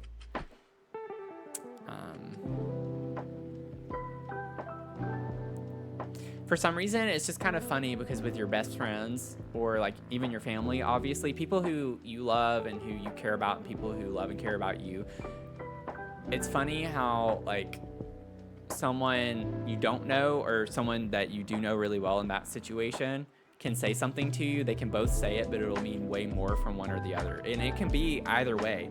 Sometimes I think hearing it from a complete stranger hits harder, obviously, because it's like they don't know you very well.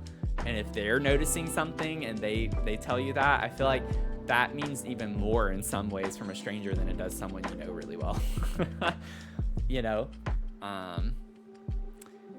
You have my videos playing in the background all morning. Oh, thank you. I'm here for it. I did notice I had a lot more views today, generally speaking.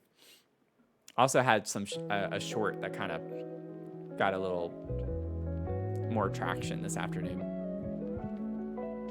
Definitely am learning that you've gotten better at having patience and advocating for your parents in healthcare and health insurance. Also solidified that I'm okay no matter how or well. Yeah, that's really great. I love that. I have had the opposite happen, which is not good.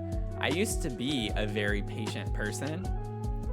And I think after a lot of things that I went through, it kind of made me more rigid.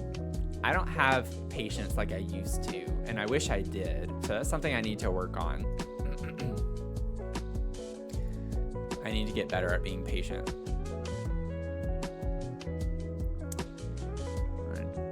Here's another one learned as it relates to work. It's not personal. Literally, people are doing their jobs with limited resources, and when someone seems rude, it most likely has nothing to do with you. Yeah, that's a really good one. Don't make things personal. That may not be, right? Yeah. I'm very I'm very much that way in real life. I feel like some of y'all might be shocked with how I am in real life versus when I'm on stream, because when I'm in, like, my work environment, I'm a very blunt, direct person. I'm still, like, a happy I try to be a positive person, but I also don't, put up with stuff either. And so I will push back in a heartbeat on something, like, or I'll just flat out say, I don't think that's a good idea, and why, or something like that. But also people are stressed all the time too. So, sometimes I've said things where it's like I'm just really stressed out and I'll be a little snappy, but it's because I'm stressed out, to your point. With the limited resources, it's just kind of like, yeah, some people are just having a bad day too, so you just can't take things personally. Everyone just is trying to make their coin, and survive. But do Do you need me to offer a solution to this, or do you need me to just listen? Yeah, no, that's a really good point that you bring up. Whenever you're talking with friends, it's always good to know like what the intention is. I always try to set the tone. And if I forget to, like later in the conversation, I'll let someone, because I've been venting to one of my friends a lot lately, and I'm just like, I just need you to listen, or I'll say, thanks for just listening. I'm not looking for advice. I just needed to vent. And, you know, he'll do the same thing to me too, where he's just like, I just needed to vent. So it's always good to know, like, are they wanting help or like a solution for something, or are they just needing someone to listen? So really good point. Yeah, I'm the same way, Baby Spock. I automatically, my default is problem solving mode. So I'll always try to come up with a solution or being positive with trying to figure out something. I always feel weird just listening. I feel like I need to be helpful all the time. But yeah, a lot of times people just want you to listen. They don't. It's like, let me complain, you know, let me just complain without you trying to make it seem like there's something I need to do better. Not saying that's how it is for everyone. It's just as an example though.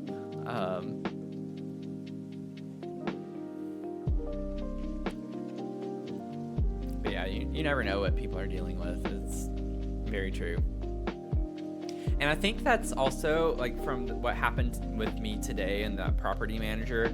She did say something at the end that kind of made me feel a little bit better, in that she acknowledged, she was like, I know you're stressed out from the move. And I think she knew that part of the frustration with things and why I kind of popped off on her this morning was because I am stressed out, you know. And I told her that, and I was like, that's why I called. I did not apologize. I purposefully did not apologize this morning because I do feel like I had a very valid reason to be upset. And I do still think that what they were doing is illegal. I truly believe that. So I went into the phone call purposely telling myself I'm not going to apologize, but I am going to let her know that I want to smooth things over. So, you know, I think it's important. I think we've normalized to where if things are awkward or you get in a confrontation with someone, that we should apologize for it. But I honestly think if you are in the right and you didn't do anything wrong, and, you know, as long as you didn't like hurt someone or like do something, you know, really bad, I guess is all I'm saying. This was a conversation. She raised her voice at me, so I raised back to match her energy. Not saying that's always the right way to go about it, but I just didn't feel the need to apologize because I truly think that what they're doing is wrong. So I think people need to also just be cautious of how much you apologize for things, because there are times where you don't need to apologize. If you're standing up for yourself or something, that's not something to be apologetic about. But dinner? Who's having dinner? Oh, Ari's having dinner. Oh man, I want some dinner. Definitely have to learn how to read situation. Yeah, exactly. You gotta read the room. Gotta read the room.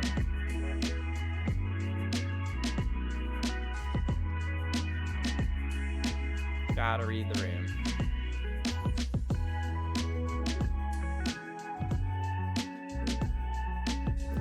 Not every conflict has earned an apology. Exactly.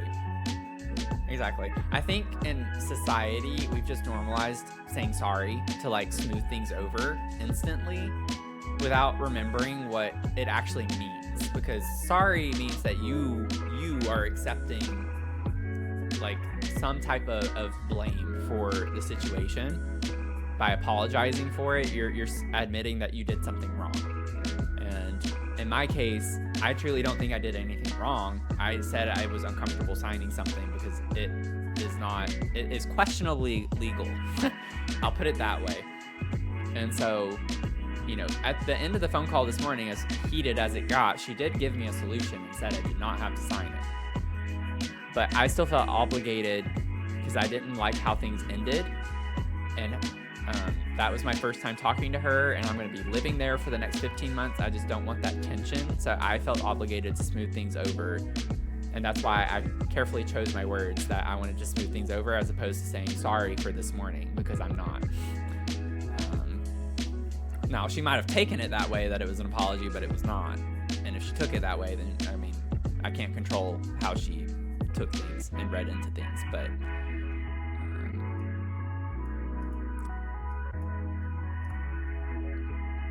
apologies are free. Sometimes an apology just to move on is the right choice. Yeah, I mean, I think that goes back to the reading the room thing, right? So that's what I was talking about, was like, apologies are not always the right thing to do. Depending on how you're advocating for yourself and if you did wrong or not. I think pride is something that gets in the way a lot with apologies and people apologizing or not apologizing, which that in and of itself is a fault. But I definitely understand where you're coming from.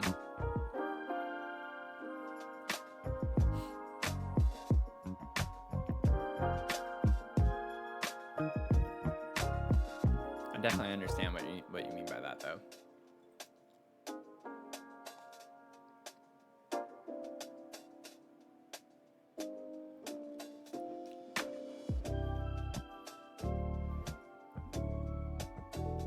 Just depends.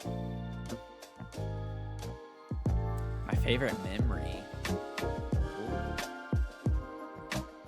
Honestly, I would say one of my favorite memories is, it's more broad over a select number of years. I would say that I really, really loved being in marching band in college. So at the University of Alabama, I was in the $1 Million Band. And that was when Alabama was at its like peak in football. I'm a very big college football fan. I don't care at all about NFL at all. Like, I could not care less. If it didn't exist, it wouldn't bother me. I'm very much a college football person. But I was there when we got 3 national championships in 4 years. So with marching band, we got to go to all the games. We went to all the bowl games, all of the championship games. The friendships that I had from that, absolutely incredible. So like, it's kind of like all of the marching band memories. If I could put them in a box, that would be like my favorite stack of memories, because of all the travel and experiences that I got to do with that, and the wonderful people in that group. It was just incredible. But yeah, it was definitely a time. It was definitely a time. I mean, that was also like, marching band, like band friends, music friends in general, just hit differently. It's just very tight-knit. It is so tight-knit. And when you're in college and you're doing music for your degree, you live at the School of Music. Like, that is your home. That is your second home. That's really your home. Your apartment is your home away from home.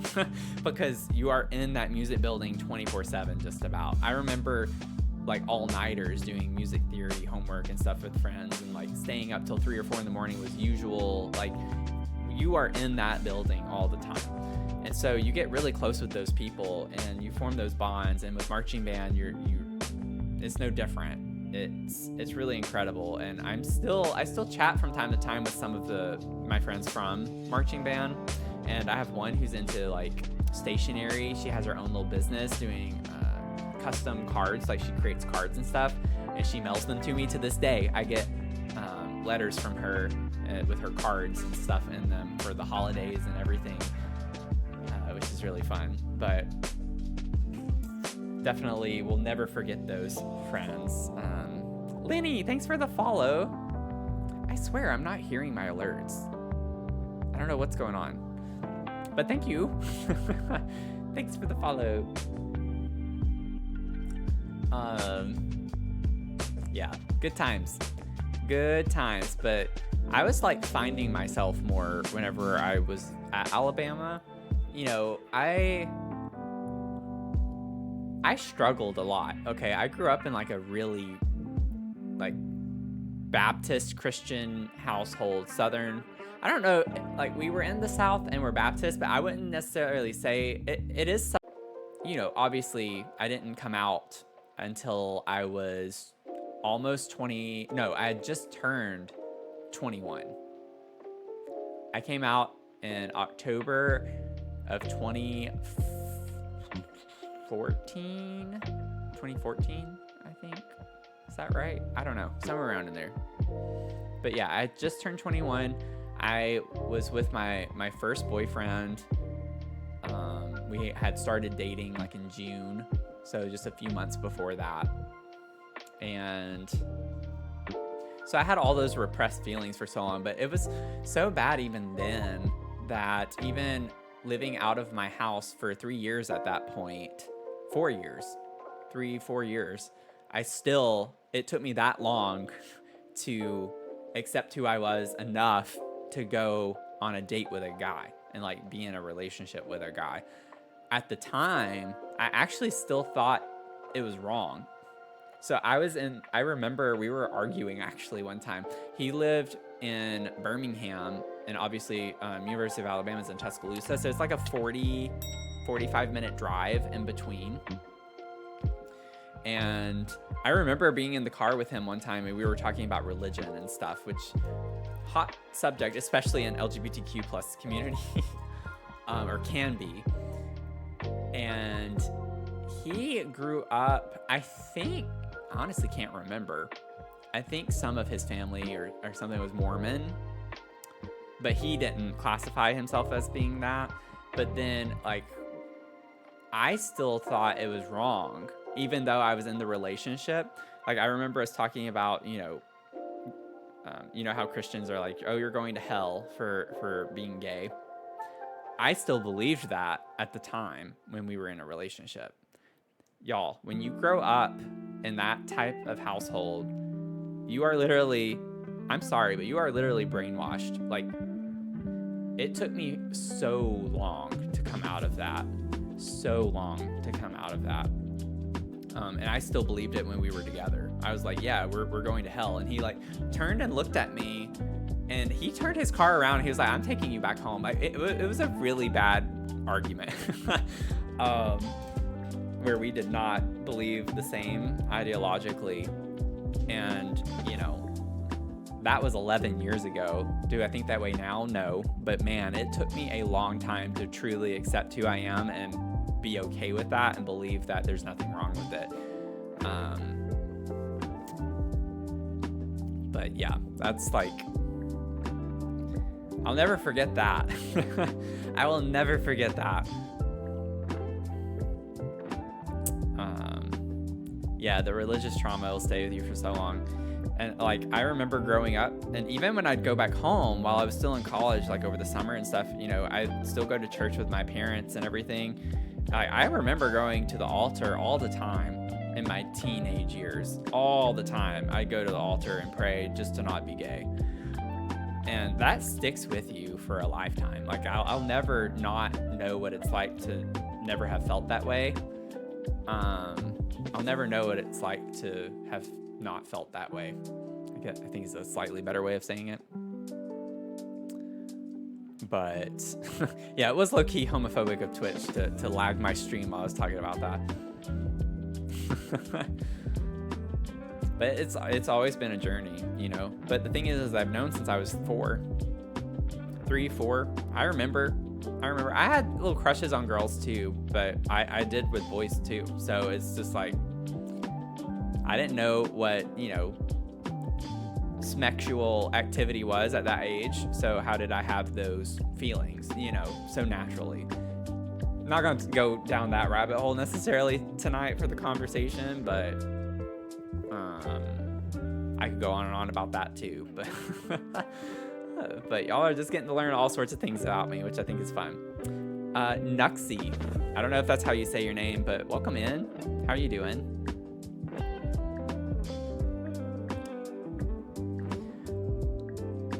Yeah, plot twist, we're already living in hell. Yep.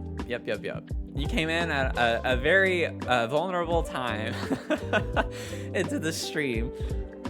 We're just chatting. I usually do some streaming content. I usually play games, but this is my first time doing a chat stream on Twitch because it's just been a time. I'm about to move, and it's just been a day. So I was like, I don't feel like playing games. I'm just gonna vibe it up and chat and just hang out with y'all. So, but yeah, really tough to come through that kind of thinking. Sometimes you really have to leave, some people behind. Once a lot of the older crowd is in that mindset, they never get out of that self-hatred way of thinking exactly. It's unfortunate as it is.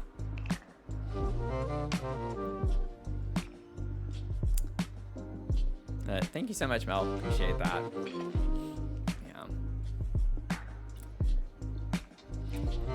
Yeah, the use of religion has been a long-standing way of justifying bigotry, essentially. But I start moving on Friday. So my lease isn't over till the 30th, but I'm already going to be moving into my new place starting Friday. Saturday is like the big move part of that. I'm gonna get a box truck from U-Haul and like put all my big furniture in it. But Friday I'm gonna take my car and maybe do 2 trips, but like get my keys, get in the apartment for the first time. But yeah, I've started packing. I don't have like plans to do a lot of boxes and stuff because I have these really big moving tote bags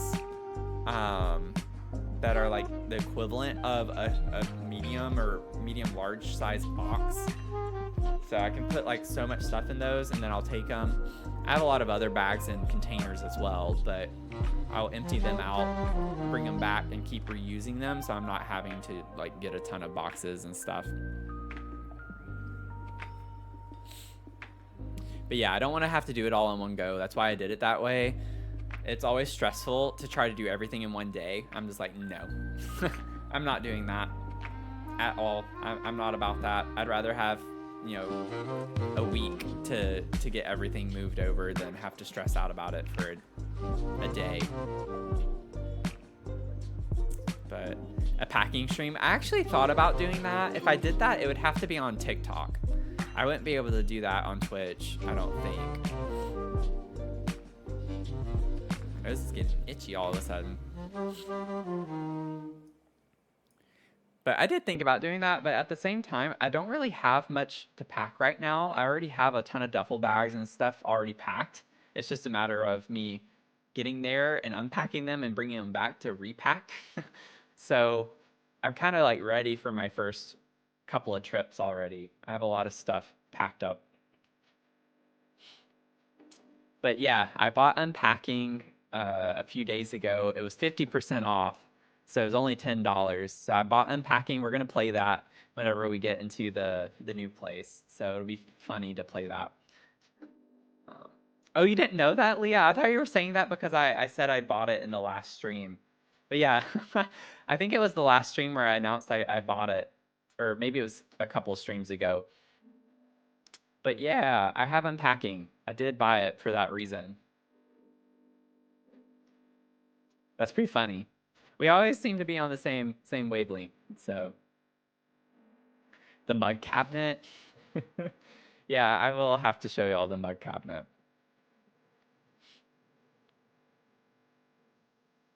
It'll be very full. I mean, this one's full here. I don't think I have as much cabinet space in my next one, so it's gonna be full.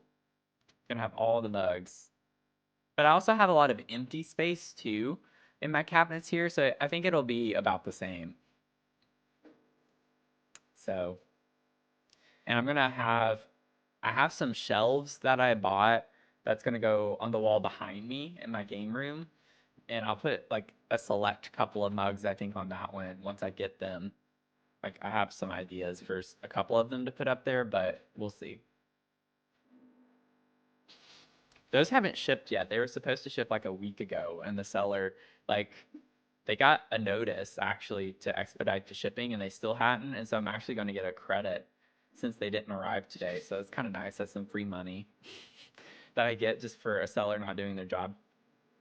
Granted, they could have a very valid reason for it, but I don't care because I get paid either way. But I have lots of plans for the game room. It's gonna be a bit slow. We're gonna get there. I don't have a lot of stuff for it right now, and I don't need to be spending the money on it. Quite frankly, there are way more important things right now, but I do have intentions to do some pretty fun stuff with the game room space. I have a lot of knickknacks up here that y'all can't really see very well. Like, I don't really want to mess up my camera because this stand is kind of hard to deal with. Let me see if I can like rotate this in some way. It's not the easiest thing to move, but like I have all sorts of things. I have a shelf up here and it goes all the way to my window actually. And it has like a lot of little knickknacks and stuff on it. So I'll be able to put that kind of like behind me, which will be nice. I'll be able to have my signs right here behind me. So it'll be a vibe. I want to get some cubes as well, like the typical gamer cubes to put on the floor. And I got to figure out what I'm going to get for that, because I think I can get some of those that are relatively cheap. Oh.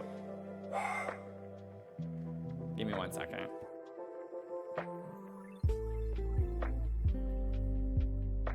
I'll be right back. Let me check the door just to make sure no one's there.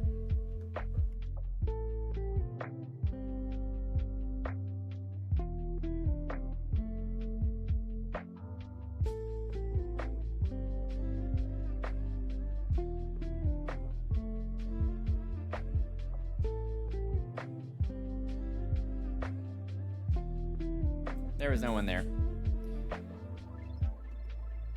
She must have heard someone or something.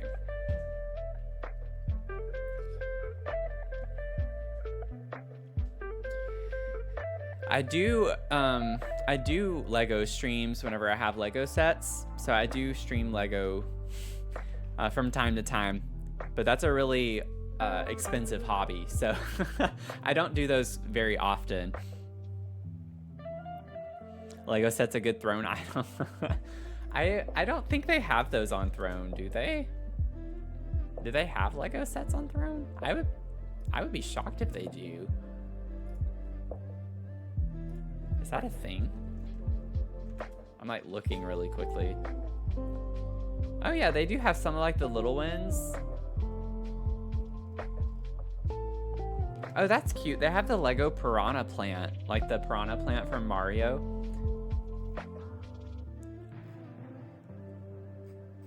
Huh. That's funny. Okay, well that's interesting. I had to look into that. I thought of something earlier today too that I was like, oh, maybe I could put this on Throne. I don't remember what it was at this point. I think it was something more for the apartment. I don't know why my nose is so itchy now.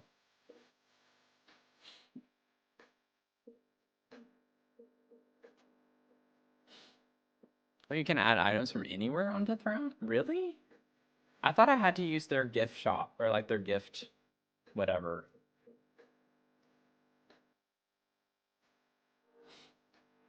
Their gift store. I have to look into that. I thought I had to use their gift store.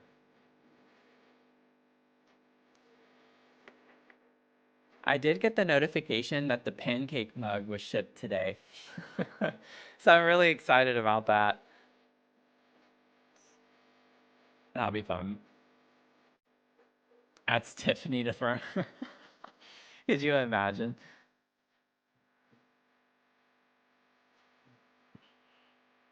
You just need a link? Okay, interesting. I I'll have to look into that. I'm not too worried about it right now. I don't want to like put a ton of stuff on there.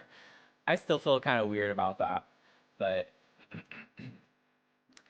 I think I have tea, don't I? Yeah, I have like some teas and stuff on there. I have like a dark chocolate, uh, a mug warmer. I think I have a good start with the stuff that are on there. Stuff that's on there.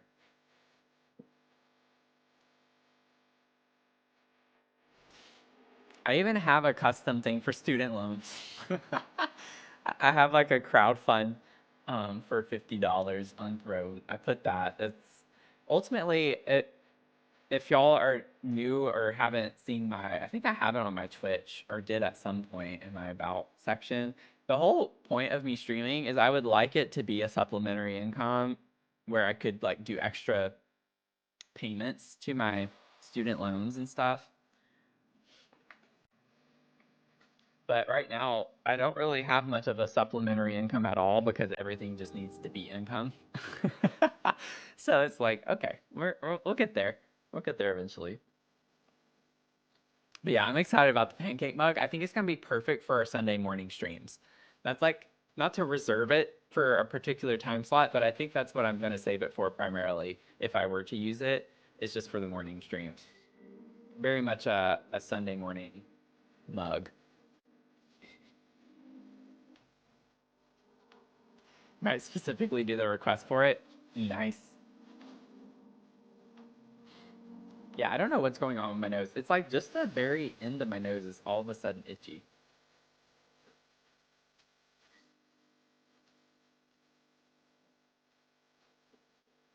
Might need to just go get some lotion or something. Yeah, it's the streamer nose. It hasn't been a problem as much lately, and now it is.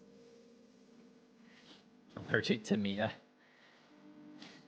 Nah, I'm not allergic to Mia. Mia's hypoallergenic, so I'd be surprised if it was because of Mia.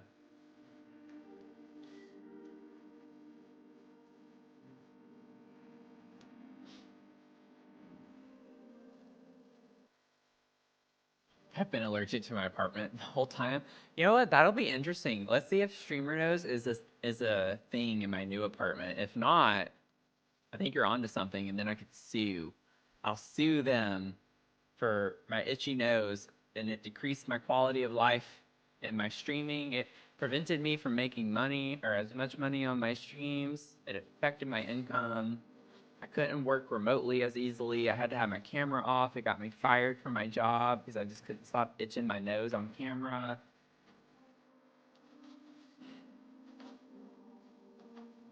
And then they'll pay me $2 million.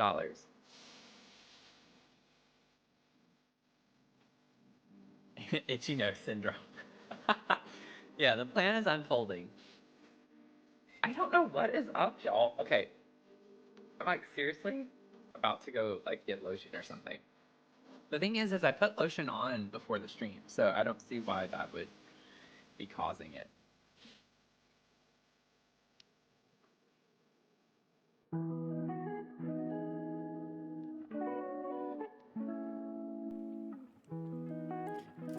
Stop it! Don't say it's turning red.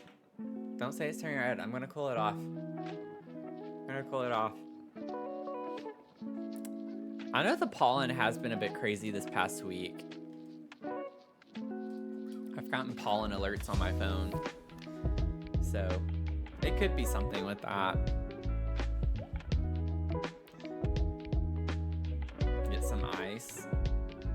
Just hold an ice cube up to my nose.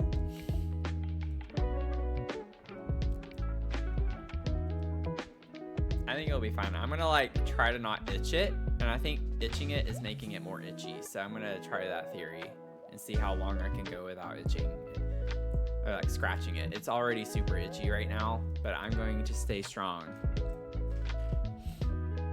I'm staying strong. Oh my god. Oh my god, it's so itchy.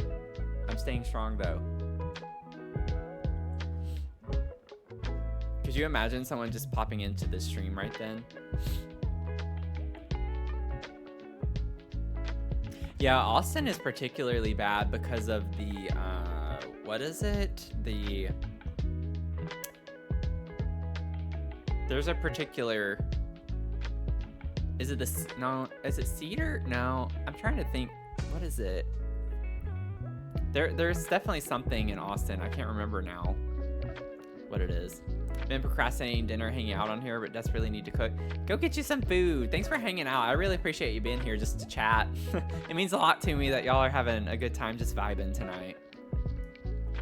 Okay, it is cedar. Okay. My mind was right. I didn't trust it though. Okay, I'm gonna be right back. I gotta do something. I gotta try something out. This is driving me crazy.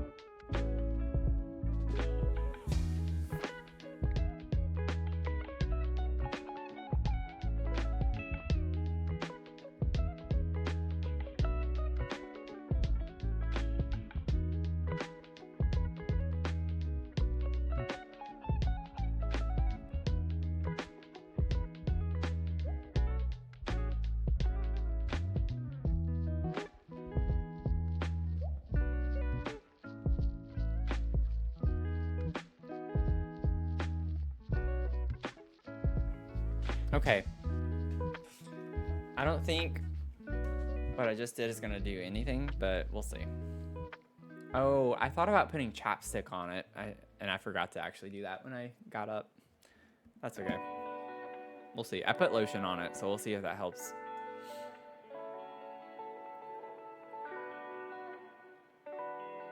Yeah, the animation for the emotes.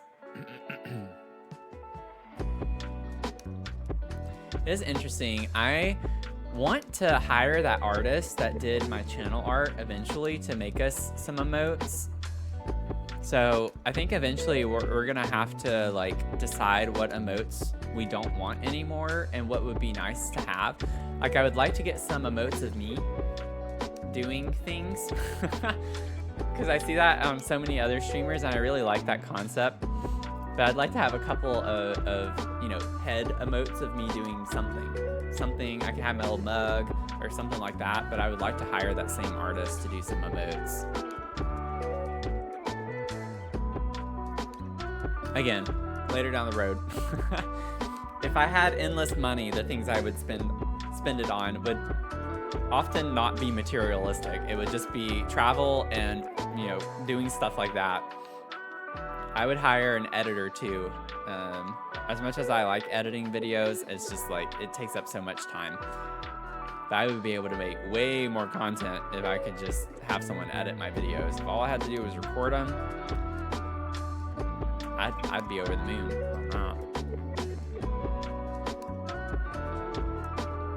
Yeah, I know I can make my own emotes. But I like the style, so I want to like keep the same artist. I want like super personalized.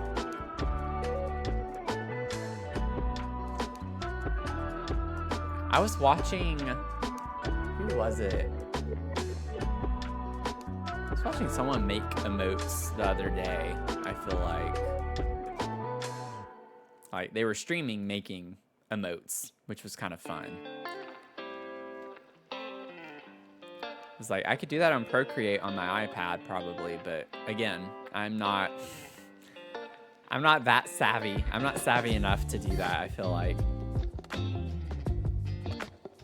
It would take me too long to figure it out. I have too many other things I'm trying to do. But yeah, it was really cool. It's really cool. I'd like to support someone to do it.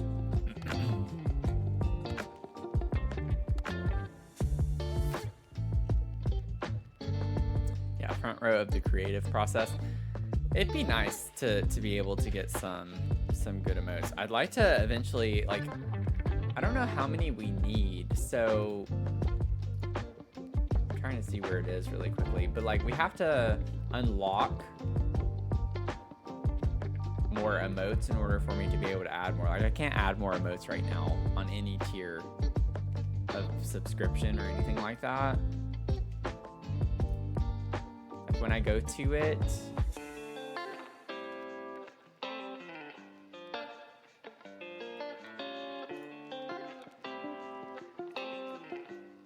let me see.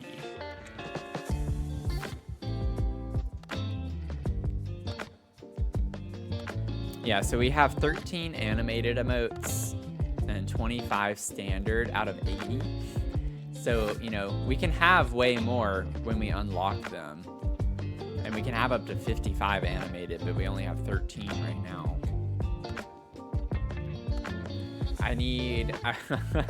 I would have to hit 90 subscriber points to unlock an animated emote slot. Not important. We don't need that right now. But like it takes a pretty good bit.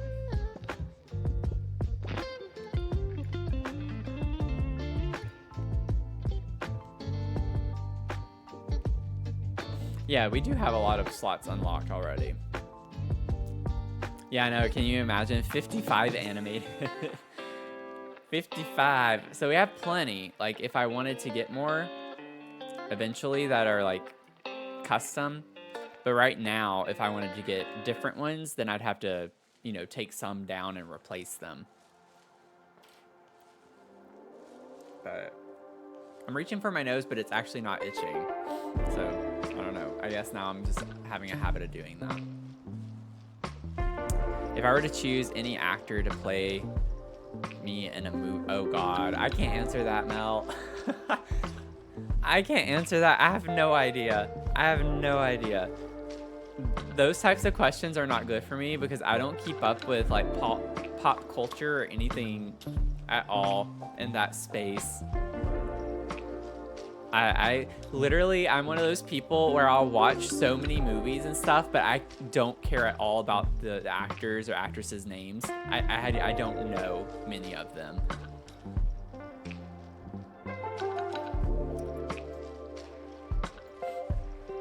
Baby Spock has an idea. Maggie Smith.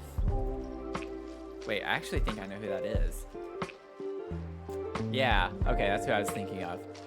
That's funny. I was like, wait, I actually know that one. Jake Gyllenhaal. Oh man, Brokeback Mountain.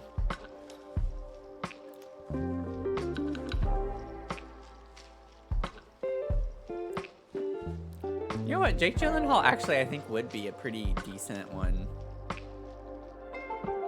for me. I like that one. I like that one.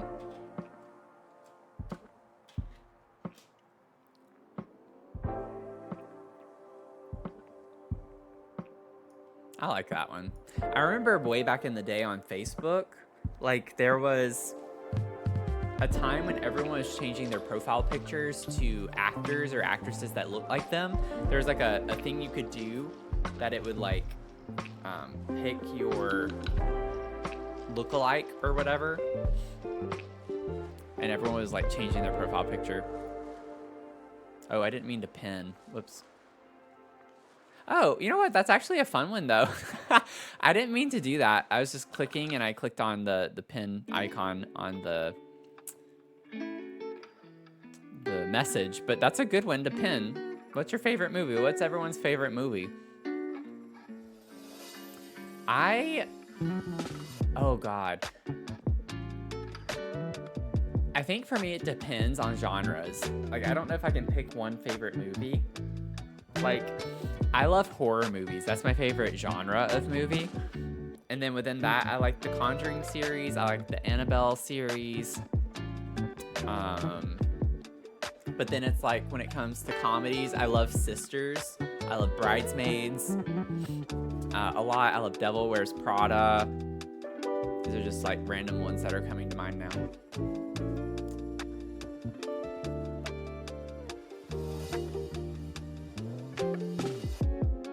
We like Maggie better, so Maggie it is.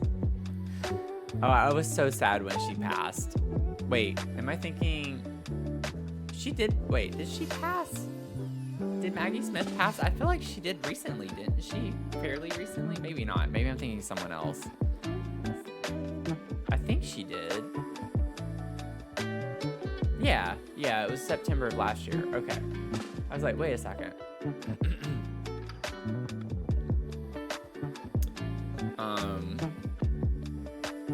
But those are some of my favorite movies. Whenever I was growing up with Disney, Aristocats, Fox and the Hound, I didn't, like, my favorites weren't the big ones that everyone says. I liked those two a lot. I liked, oh, there's another one. Was Brave Little Toaster a Disney movie? I don't think it was. But I really loved that movie too when I was a kid. You like Iron Man and The Conjuring? I do not play horror games. However, I do have one that I have been saving to potentially do for sub-only streams. My nose, y'all, it's happening again. My thought with this, and this is like more in the future, I have a game that I want to play with y'all that is like a horror game, but it's like very much cutesy and like kind of like Nightmare Before Christmas vibes, but it is a horror game. And my thought with that is that I would stream things like that as sub only, and that's just because people who follow me follow because of my sim content. So I don't want to just randomly start streaming horror games, or something like that, unless people want to hang out as like an extra stream. So I still don't know yet how I'm going to handle all of that, but I have intentions of doing some other genres of games. I just don't know if it would be like for my main audience necessarily. But I hear that it's always a push and a pull. There are people who are very anti sub only streams, but I think it depends on the rationale for it and why. And I think for me, if I'm doing something like a horror game, I don't think that's something that isn't in alignment with my like content necessarily. So I don't know if I'd want that to be like a public broadcast to everyone who's followed me necessarily. Because then people might unfollow you, right? Because they're like, why is he doing a horror game? I don't want to follow this. Like, but I feel like people who sub, like, if they're willing to pay money to support me and hang out and all of that, then it's like at that point I feel like people really are just there to support you no matter what you do. That's how I think through it. I know that's not how y'all think through it, but whenever I'm subbing to people, that's like something I think of. So I don't know. It's a hot button issue though. I know that there are people that are very anti sub only stream of that mind, but I think you have to be careful with your reason for why you do it.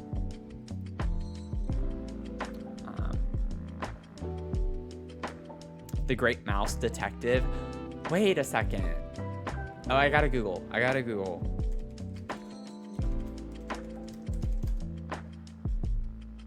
Oh my God. I completely forgot about that movie. I completely forgot about it. Oh, that brings back memories. That brings back memories. Oh my gosh. Thank you for saying that. That was such a nice memory. I like the dinosaur movie too. Land Before Time. Is that what it is? I loved that movie.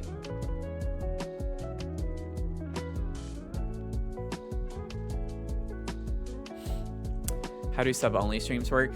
I honestly don't know. I don't know. I feel like only subs would get notified. I don't know why it would notify other people. My thought process, though, what that I didn't say yet, was that I have my VODs channel on YouTube. So I would still post the VOD on YouTube.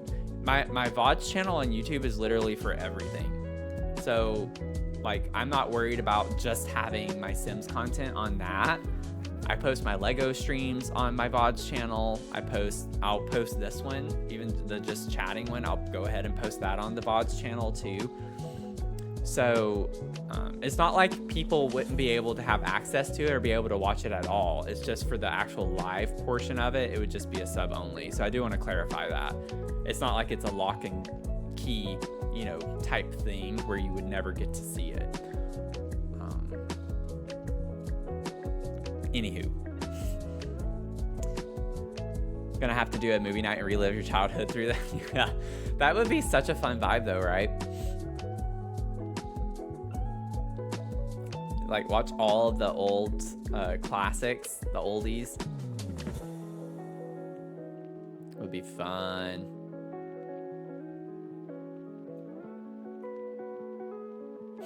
Hello, VOD channel YouTube viewers. But I don't know. I feel like that's the way I'm thinking of it right now. But I just don't think it makes sense for me to, my name's even Dr. Sims. So I don't want to like get out of the simulation game realm too much. So I feel like having it be more niche down to a subgroup of people who want to see it and, spend money to support me and watch my content. It can be like a good extra thing for them as well. So that's why I like to think of it. Whenever I get money from people from online, I feel like I need to do something extra for them just because they are, donating hard-earned money. And so it's just kind of like I feel the need to do something more. And I know that's not always the expectation necessarily, but it makes me feel weird. So That's how I am. So I like the idea of it. Dr. Screams, though, that's a good one. Honestly, you know what? If I were to ever rebrand or just do like a horror spin-off channel or something, that's a good name. Dr. Screams. I could be Dr. Sims and Dr. Screams.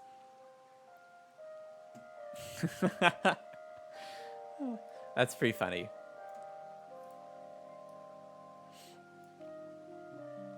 But I have so many games, y'all.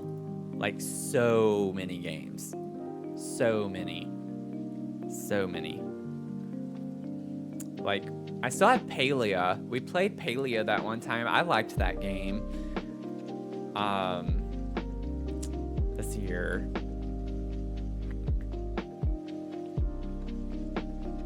I already mentioned Unpacking. I have the Mind Over Magic game that we've never played that I've wanted to play for like months, several months now, and we've not started that one. It's like I have a whole list in my library right now. All of them wouldn't be for streams, but I have to go sift through them all. But I have lots of games. So we have Stardew as well in the mix. We have Luma Island. I'd like to do some other games too, that because I like building in Sims so much. I'd like to do House Flipper. I'd like to check that out eventually. Be fun.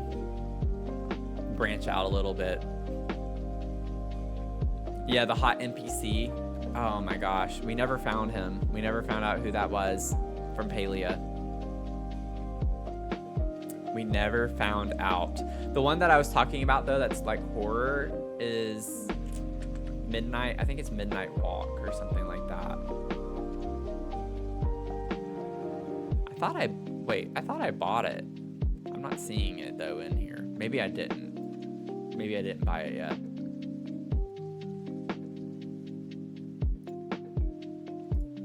I think it's called Midnight Walk though.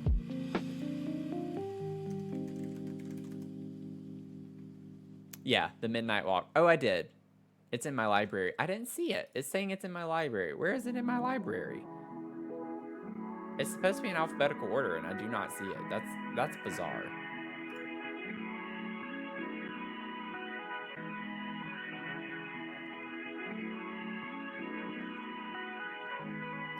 But that's the horror one that I was thinking. I watched one of my favorite horror. It's kind of funny. It's like a love-hate relationship. I watch Swole, SWOL. Like, he's a big indie horror streamer, and I watch a lot of his videos on YouTube and stuff. And I say love-hate because I get so mad at him when I watch him play games because he's not the sharpest tool in the shed.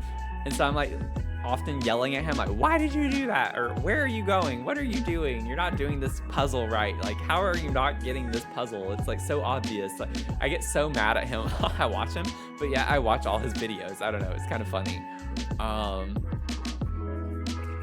But he started playing this game and like maybe 5 minutes into it, I was like, wait, I want to play this game. So I don't want to watch him play it. And so I was just like, I've had it on my list ever since then because I like the animation style of it. But it seemed like a cutesy horror movie or horror game. So that's why I was like, I want to do that. But I really like liminal space games. I like watching people play liminal space. So I feel like I would enjoy playing liminal space games. So I might do some of those. Those would be like other types of sub-only streams that I've been considering. You know, not simulation games, but I do think I would enjoy liminal space games. Anywho, those are ideas for further into the future. I might try to play around with like doing one sub-only stream a month or something like that. Eventually, soon, but I don't know yet. I still feel kind of weird about it. I'm still trying to like read up on it and see why people hate it so much. Because it is a very hot button issue in the Twitch community. I feel like You just have to be careful with how you do it, and I don't want y'all to be upset with me for doing it. But I also know I can't please everyone, so it's just always like a give and take type thing. So Tiny Glade, yeah, I played that and hated it. I'm not doing it. I'm never revisiting that game again. I have it. I should have gotten a refund for it, but I think I played it too long.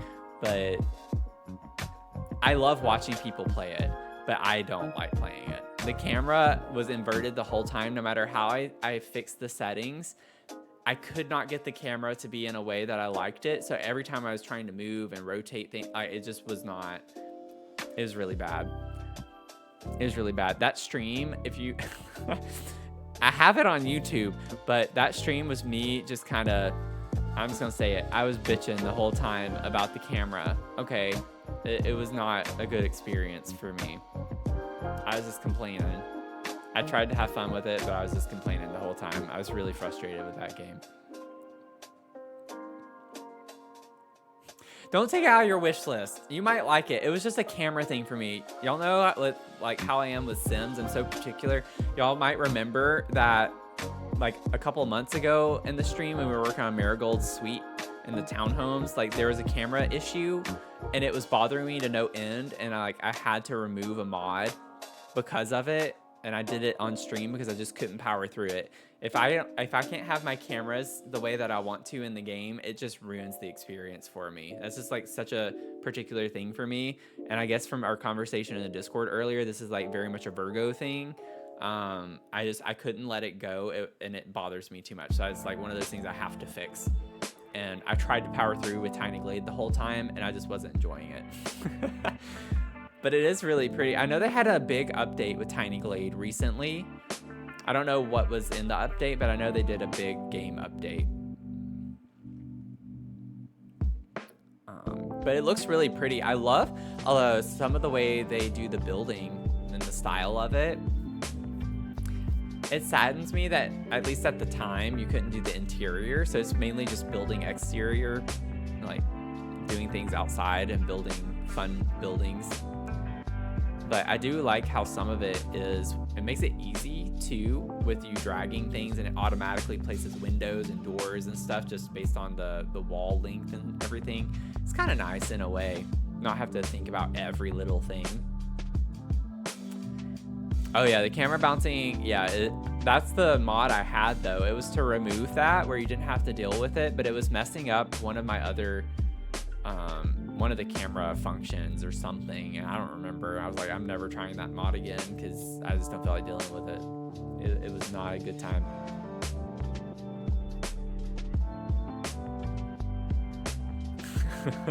Yeah, such a Virgo. It's definitely a Virgo. We were having a lot of astrological discussion in the Discord earlier today. It's like I am a Virgo sun, Taurus moon, and then Cancer rising. So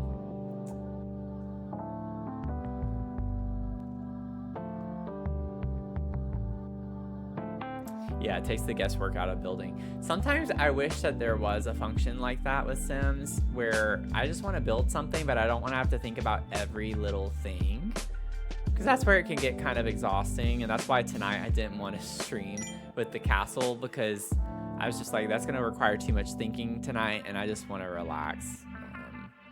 You know. Tony, welcome in. How are you doing?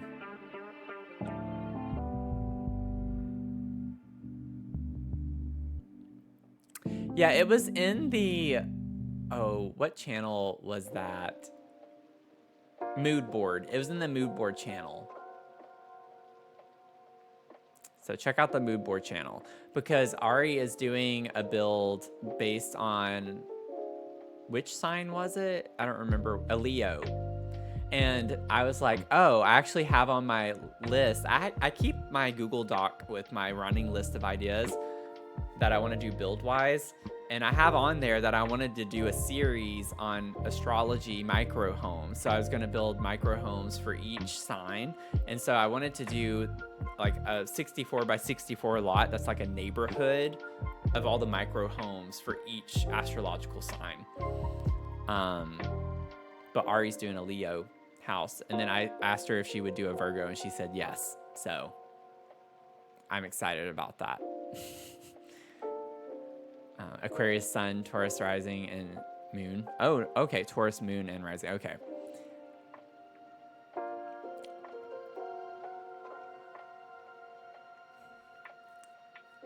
Okay. Yeah, that the ever-growing list of builds. I promise y'all, I plan on getting to it. I've still not even finished the Pride Mansion stuff, y'all. That's how much I've been trying to deal with right now with moving. It's just been too much. So I still need to wrap up the Pride Mansion. I did work on it a little bit yesterday, but the Pride Mansion and the Yellow Mansion, I still need to like finish offline. And then I still have Mel's custom build request thing. I've been working on that. I was working on it hardcore for like, I don't know, 5 months ago, 6 months ago, something like that. I got really far in it. I just have the upstairs left on that and the outside, and then that'll be done. And then I have 2 more build requests. Leah, I know you're one of them. But I have, I can't remember their name. Someone else requested a renovation before yours, Leah. So I got to do that. But all the builds are coming. I promise I'm going to get to them. I really do.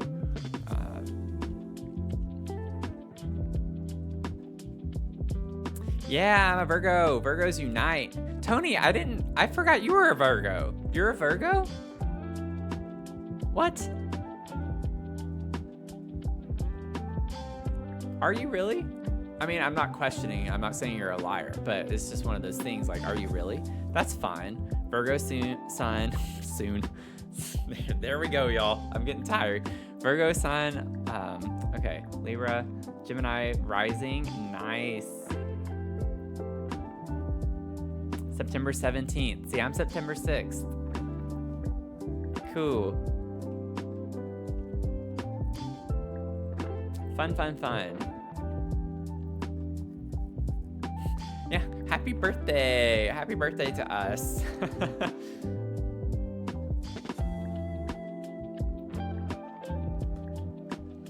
That's fun. Yep, just a couple of weeks, y'all.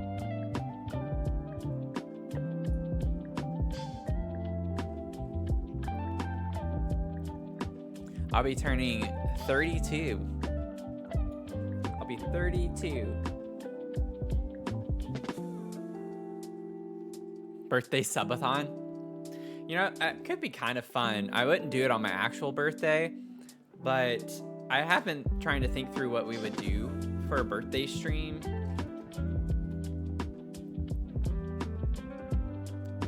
Because I have 2 weeks off from work starting next week, so I'm off the week of my birthday. So we could do like a long stream at some point. I've heard people on Twitch don't like subathons though too, kind of similar to sub-only streams, even though I'm still gonna do a sub-only stream. But I've definitely heard people not liking subathons. But I do think it'd be fun.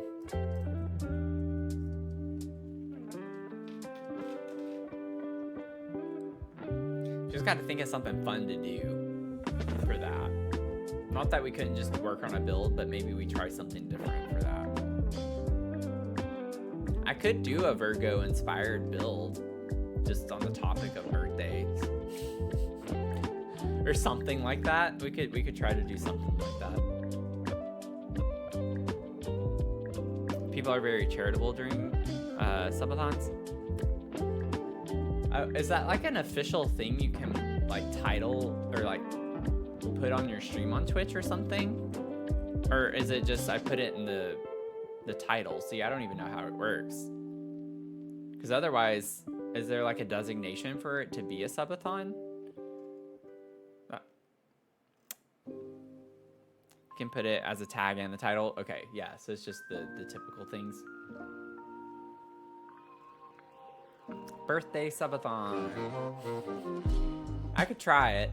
I could try to do a nice long stream subathon. 32 hours.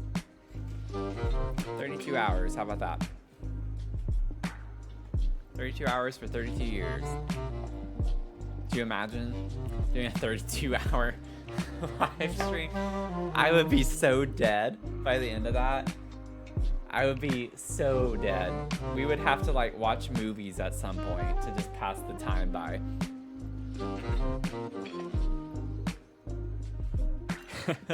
It's bad for all of us. Yeah, I definitely would switch through different games. I mean, I still could. If I did a 10-hour stream or something, we could still do switching through games. Although I know myself, I know I could easily spend 10 hours on a build in The Sims, so.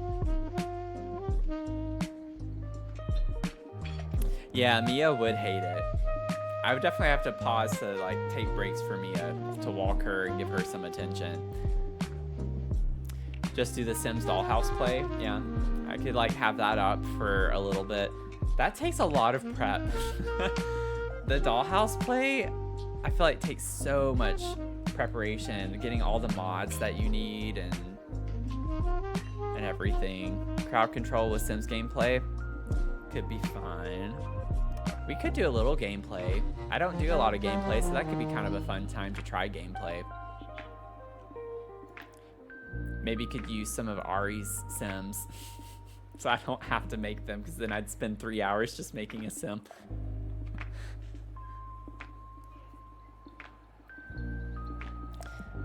Just sign her up. We're just volunteering Ari.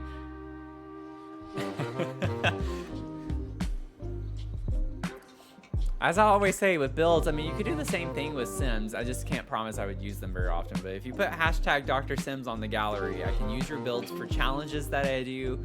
And then with the Sims, I mean, I could still use them for things like that. Like when we have the rewards events and stuff like that. Could be fun. Although I do want to get one like custom content or something maybe. I like the idea of us having a mascot Sim that we use. Like when we did the last rewards event, I had the Peach costume and I kind of vibed with that. I thought that was really fun. I don't know if we want that to represent us though. You know, having a big juicy peach. I mean, I'm fine with that being our representation. I'm a fan of peaches. But you know, we could do that. Not bananas. We're not doing bananas. I hate banana men. I hate banana people. I hate all the bananas in Fortnite. I'm not doing a banana mascot. We're not doing bananas. But it would be fun. Maybe an eggplant. We could do the eggplant. Could be fun. These are decisions we have to make. They're very important decisions. But yeah, I like the peach too.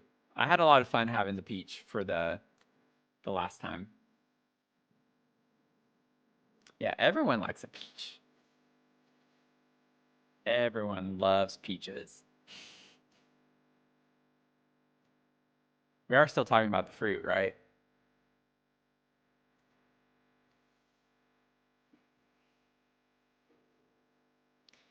What is everyone doing right now? Are there people who are actually just like chilling and vibing? I feel like a lot of y'all have to be multitasking. I'm not that entertaining. Anyone playing video games? Anyone watching TV? Like, what are y'all doing while I stretch? Just chilling and vibing? Okay.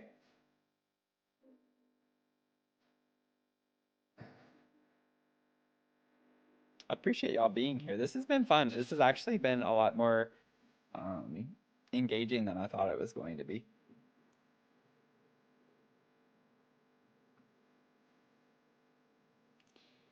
TV's on, Steam's open, no games up, just chilling. Have Mad About You on in the back. Oh my gosh, that's awesome. Doing your nails? Nice. Yeah, I always like to have some noise on the background. I can't not. Even when I'm working, I have to have the TV on or music. It depends. Sometimes music's enough, but I've gotten to where I actually prefer TV or something. Like people talking. And I don't know if it's because of remote work and doing remote work for so long, but I kind of like the idea that I hear other people talking while I'm working.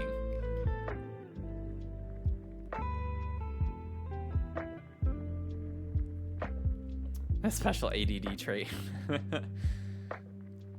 Yeah, I can't get anything done in the quiet. Like I can, but it's like in high stress situations. I can work perfectly fine in quiet environments, but it oftentimes is when I'm stressed out or and have to get something done.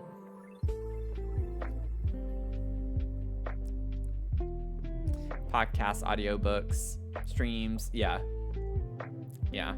I had Empress Honda's co-working stream. So if you're new here, I gave her a shout out earlier, but Empress Honda does a lot of co-working streams. So if you ever need a buddy, you know, go follow Empress Honda because she does co-working streams on the daily, pretty much.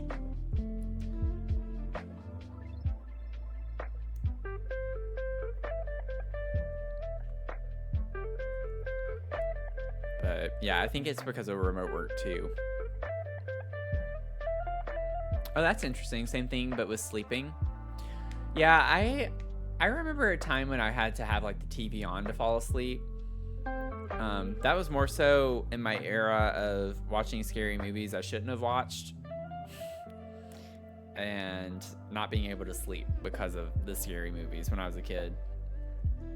I have to have noise on. I like fans. I like to have a fan or something like white noise whenever I'm sleeping. But yeah, I can't sleep in the dead silence. I don't know how people do that. I really don't.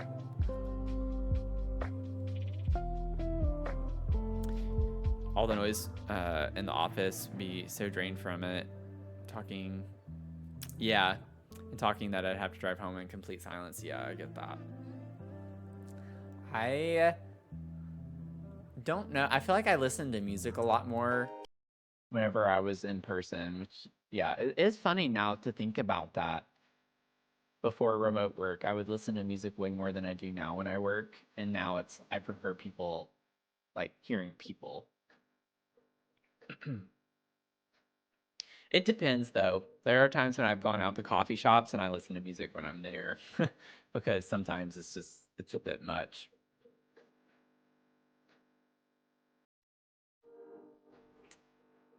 Get my Alexa to play sleep sounds for you. Oh, nice. Yeah, the heavy rain sound. Dead silence in the middle of the night makes you think you're yeah. I That's what's funny too is like I'll hear random things all the time every night. I'm just like I swear these things don't happen during the day. But it's like maybe if I had more silence during the day, I would hear them.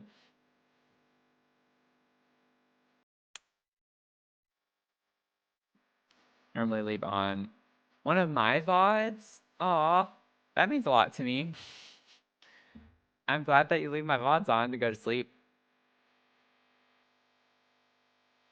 I don't take that as an insult at all.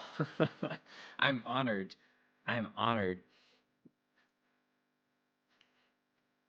Yeah, you can hear the fridge humming, the ice maker, general creaking of the building. My big monitor here makes weird sounds at night, like on this desk and everything too. Uh, oh my gosh, that's been a whole other thing too, y'all. I swear. So I've been trying to sell this monitor, and people, I don't know if it's just like they have blatant disregard for anything and they just think they can get their way, or if it's just a serious thing of not reading. I think it could be a combination of both. But y'all know I'm like selling right now. I have like my big 49-inch like curved gaming monitor that I'm trying to sell, and then my drone. I put in the description that I am firm on price. Firm on price. So, in other words, do not offer me anything other than the listed price. And the number of people I have gotten who have tried to send me an offer, I literally just decline it immediately when I get it. There were some people yesterday. I messaged back and I said no. I just said no. I was like, I'm not wasting my time with these people. Um, and I don't get it. So I added a paragraph, right? I added a whole paragraph to the listing on the monitor because it's gotten way more traction than the drone. And I said, please do not, in all caps, do not send me offers. I am firm on the price. I already have my alternative. I'm not looking to sell quickly. I have no reason to like try and expedite the process and sell it for next to nothing. If you're going to do that, it's going to be rejected. I still get offers from people trying to get it for at least $100 cheaper. I don't get it. I don't get people and why they do that. I don't understand. It is such a pet peeve thing of mine. I'm just like, y'all are cluttering up my inbox from serious buyers rather, who are okay with the price and making my life a lot harder. So why would I give you more attention if you're making things worse? Anyways, I'm gonna get off that. But very annoying. I'm selling it for $450. I paid $1,000 for this back in the day. It still sells for $700 to $900 pre-tax and shipping. So $450 is a very, very reasonable price. There's nothing wrong with this monitor. I've taken great care of it. There are no dead pixels, nothing. $450 is a steal because you're gonna easily pay $100 with tax and shipping from a new one. Easily at least $100 on top of the $700 to $900 that you're gonna pay for the monitor. So I think it's a good deal. Others, y'all, I got an offer for $225, literally 50% of what I'm asking. And I just don't get why people think that I'm going to respond positively to that when I say it's firm. So I just needed to vent about that. Need to get that off my chest because that has been an annoyance as well this week for me. People are just annoying me this week. They're just annoying me. Streamer you watch every morning at 5 a.m. Sleep for another just to the sound of the streams. So no idea. They're playing over there. Yeah, and then deliver it to me. Thankfully, they're like, I'll come pick it up. And the thing is I guess they think I'll come down on the price if they come and pick it up, but I already say in the listing that you need to come pick it up. So it's kind of like, I'm firm on price. I already say you need to come pick it up. So that's not going to change the price. But yeah, it's just kind of an obnoxious thing. For the drone, I'm selling that for $400 right now because I bought the drone and all the accessories and everything for almost $800, and I used it less than 10 times. I barely used it. It's basically brand new, which makes me so mad that I bought that 5 years ago when I did. I did not need to spend money on that. But I got an offer for $100 plus a keyboard. And I'm just like, what? What? This does not compute. It does not compute. I don't understand people sometimes. I really don't. And that one clearly says firm on price too. I don't know. Things like that, I don't have patience for that anymore. I'm very clear. I set the expectation and then people just ignore it. And that's like such a pet peeve of mine. It's just a pet peeve. So, yeah, I'm just like, I don't need a piano. Like, I don't need a keyboard. So the $100 is useless for me, like in the sense of what I'm trying to get for it. $100 would be great to have, don't get me wrong, but I'm trying to get a little more than that because it's definitely worth a lot more than that. So we'll see. I haven't sold either yet. I also haven't checked Facebook like at all today. And that's like the only thing I use Facebook for is if I'm trying to sell stuff. So we'll see. We'll see. But I have it posted both in Alexandria and Fredericksburg, which is kind of a good pro for right now, the position I'm in. But again, if I don't find a buyer, I don't know why I keep saying that. If I don't find a buyer, it's not a big deal. It's just I would like to go ahead and sell them if I can. So, and then I'm thinking of selling my iPad too. I don't use my iPad ever. I don't need it. It's still in really pristine condition. Like, I don't use this thing ever. It's dead right now, but I have that with the case. I even have one of the cases with the like keyboard that syncs with it. It's all dusty. I never use this. Never. It's 4 years old. I used it probably a good bit the first 6 months or so I had it. Like I said before, I did some Procreate tutorials, so that's the only thing I really used it for, was drawing. And yeah. Oh man, the decisions that I've made in my past that I'm just like, why? I didn't need this. But now I know, and now I don't waste my money on stuff like that anymore, but good grief.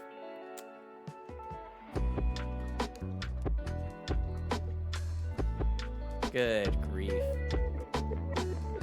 I just can't with people anymore. I think my patience with people is gone.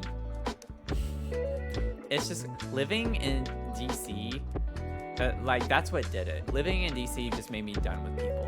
I've never had such a negative experience with the population in a place I've lived than in the DMV area. Like, yeah, I'm just gonna say that.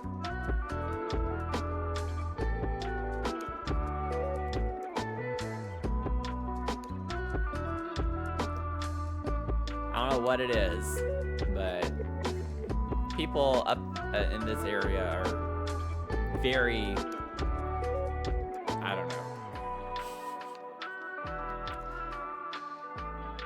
I do know, I'm just not going to say it online, so. That's all I have for that. Oh man, I can't believe I've been on for 3 hours just chatting. I really thought, like my expectation going into this, I was like, oh, it'll probably just be like for an hour and then it'll kind of sizzle out and then we'll just kind of end the stream. This has been fun. I needed a good kind of yap after the things I've been dealing with the past couple of weeks. So I do think this is a good wrapping up point though, because I'm getting hungry and I need to go eat. I need to give Mia some attention. And I think now I can like finally relax a good bit. This talk has been very therapeutic for me, chatting tonight. It really has. Like I said, this has been a really rough day. It's been bad. It's been bad for me. So I'm like mentally exhausted. It's like the predicament where your body, like physically you're not that tired, but mentally you are.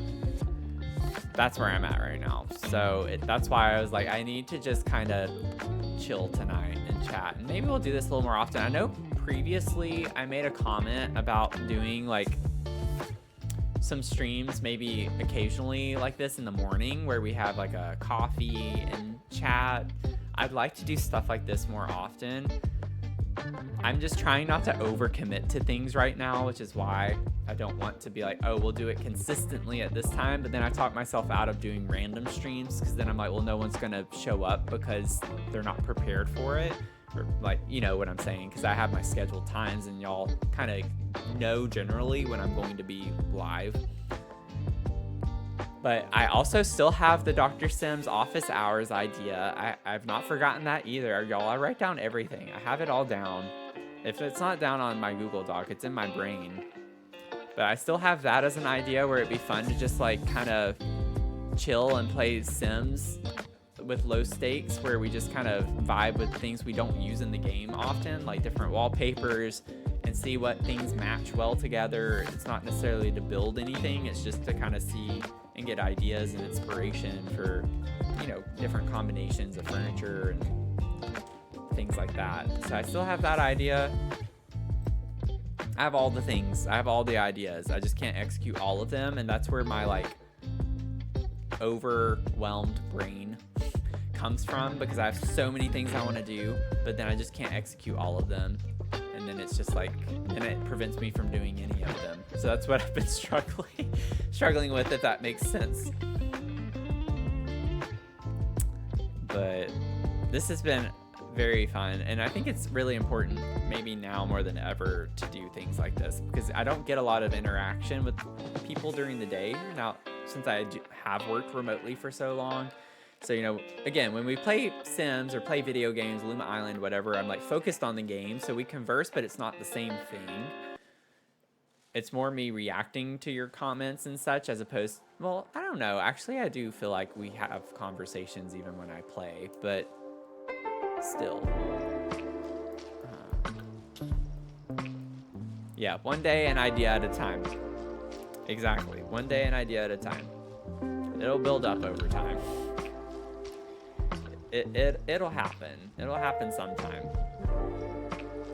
So, even just like a coffee chat once every couple of weeks or something like that. It doesn't have to be weekly, but it would be nice. Maybe like on Saturday mornings or something. I don't know. It could be flexible. I think for me, I always like to make things more solid, proof, and planned, as opposed to spontaneous.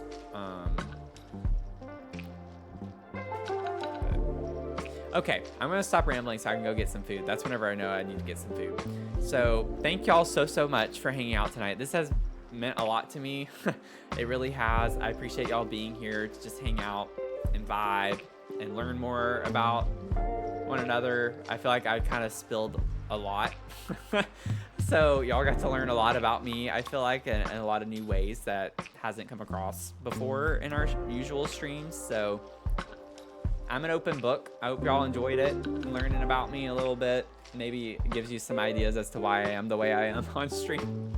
But with that, I hope y'all have a great rest of your night. And I still am TBD on the next 2 streams, because Thursday night's right before, you know, I move on Friday. I don't know about that. Sunday, still TBD. I don't know. So just be in the Discord if you want to hang out in the future. I'll post any updates and announcements for this week's stream schedule there. With that, I hope y'all have a good night. Okay? Bye. Thank y'all so much. I really do appreciate it. Bye.